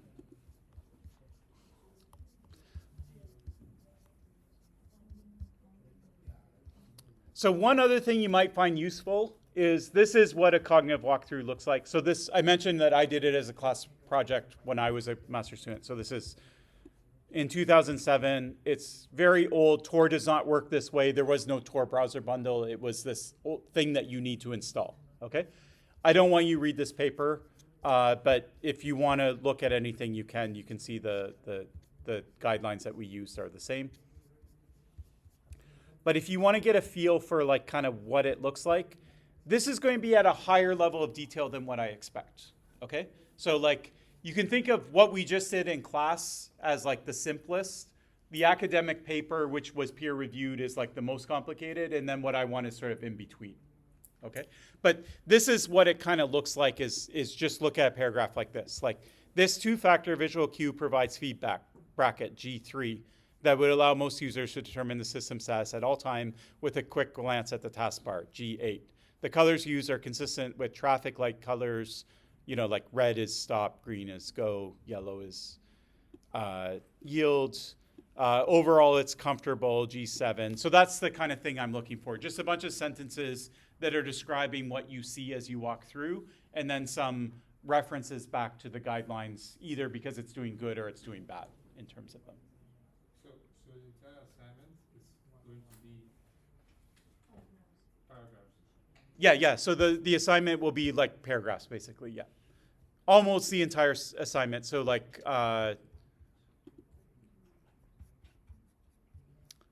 question 1 will be more point form, like here's the core tasks and then like a description of them.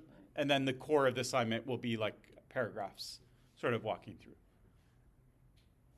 Professor, today we did 3 core tasks. Yeah. Here you're saying 7. So, I mean, do the 7 have to be like when you use the, like, is it like obvious 7 or like? No, sometimes it's a challenge to come up with 7, but like we had a pretty generic, like just use Tor. But here you can break down like what you want to do with the tool. Like I want to be able to see all the cookies that were used, or I want to stop some cookies, or I want to let this cookie in and not this cookie in, like that kind of stuff. Yeah. So you'll break down like what you want to do with it into finer grained categories. Yeah. And keep pushing until you get 7. Even if they get a little weak, You can always have the like install and stop it, like those are two generic ones, and you shouldn't have problem coming up with 5 things to do with the tool. Yeah. Yes. Yeah. Do we actually have to search for something, or is more of like just the outlook of the usability of the adblock? It's everything that it does for you. I'm actually more interested in, I'll say this now because I guess it does a bunch of things, but I'm more interested in the tracking piece of it. But you're free to analyze anything the tool does for you. But the reason I chose this was actually, it originally wasn't an ad blocker. I think they just added that so that it does extra stuff.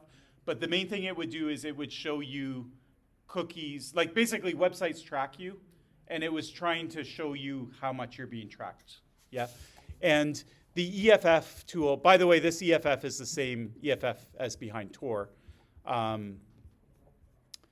This one's a lot simpler, and it's about trackers, period. That's it, type of thing. Yeah. So I'll tell you, concentrate on the tracking aspects of Ghost3 if you choose to use Ghost3 instead of Privacy Badger.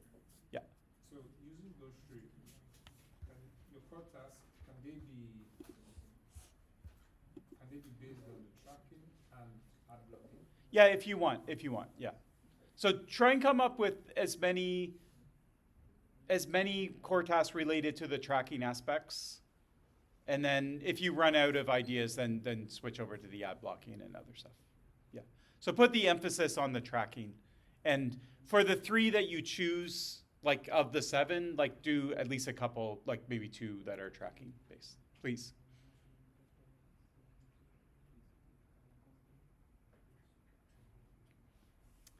Okay, other questions about anything? We're out of time. Nope. All right, good luck. And next week is Good Friday, so there's no class. So next class will be in 2 weeks.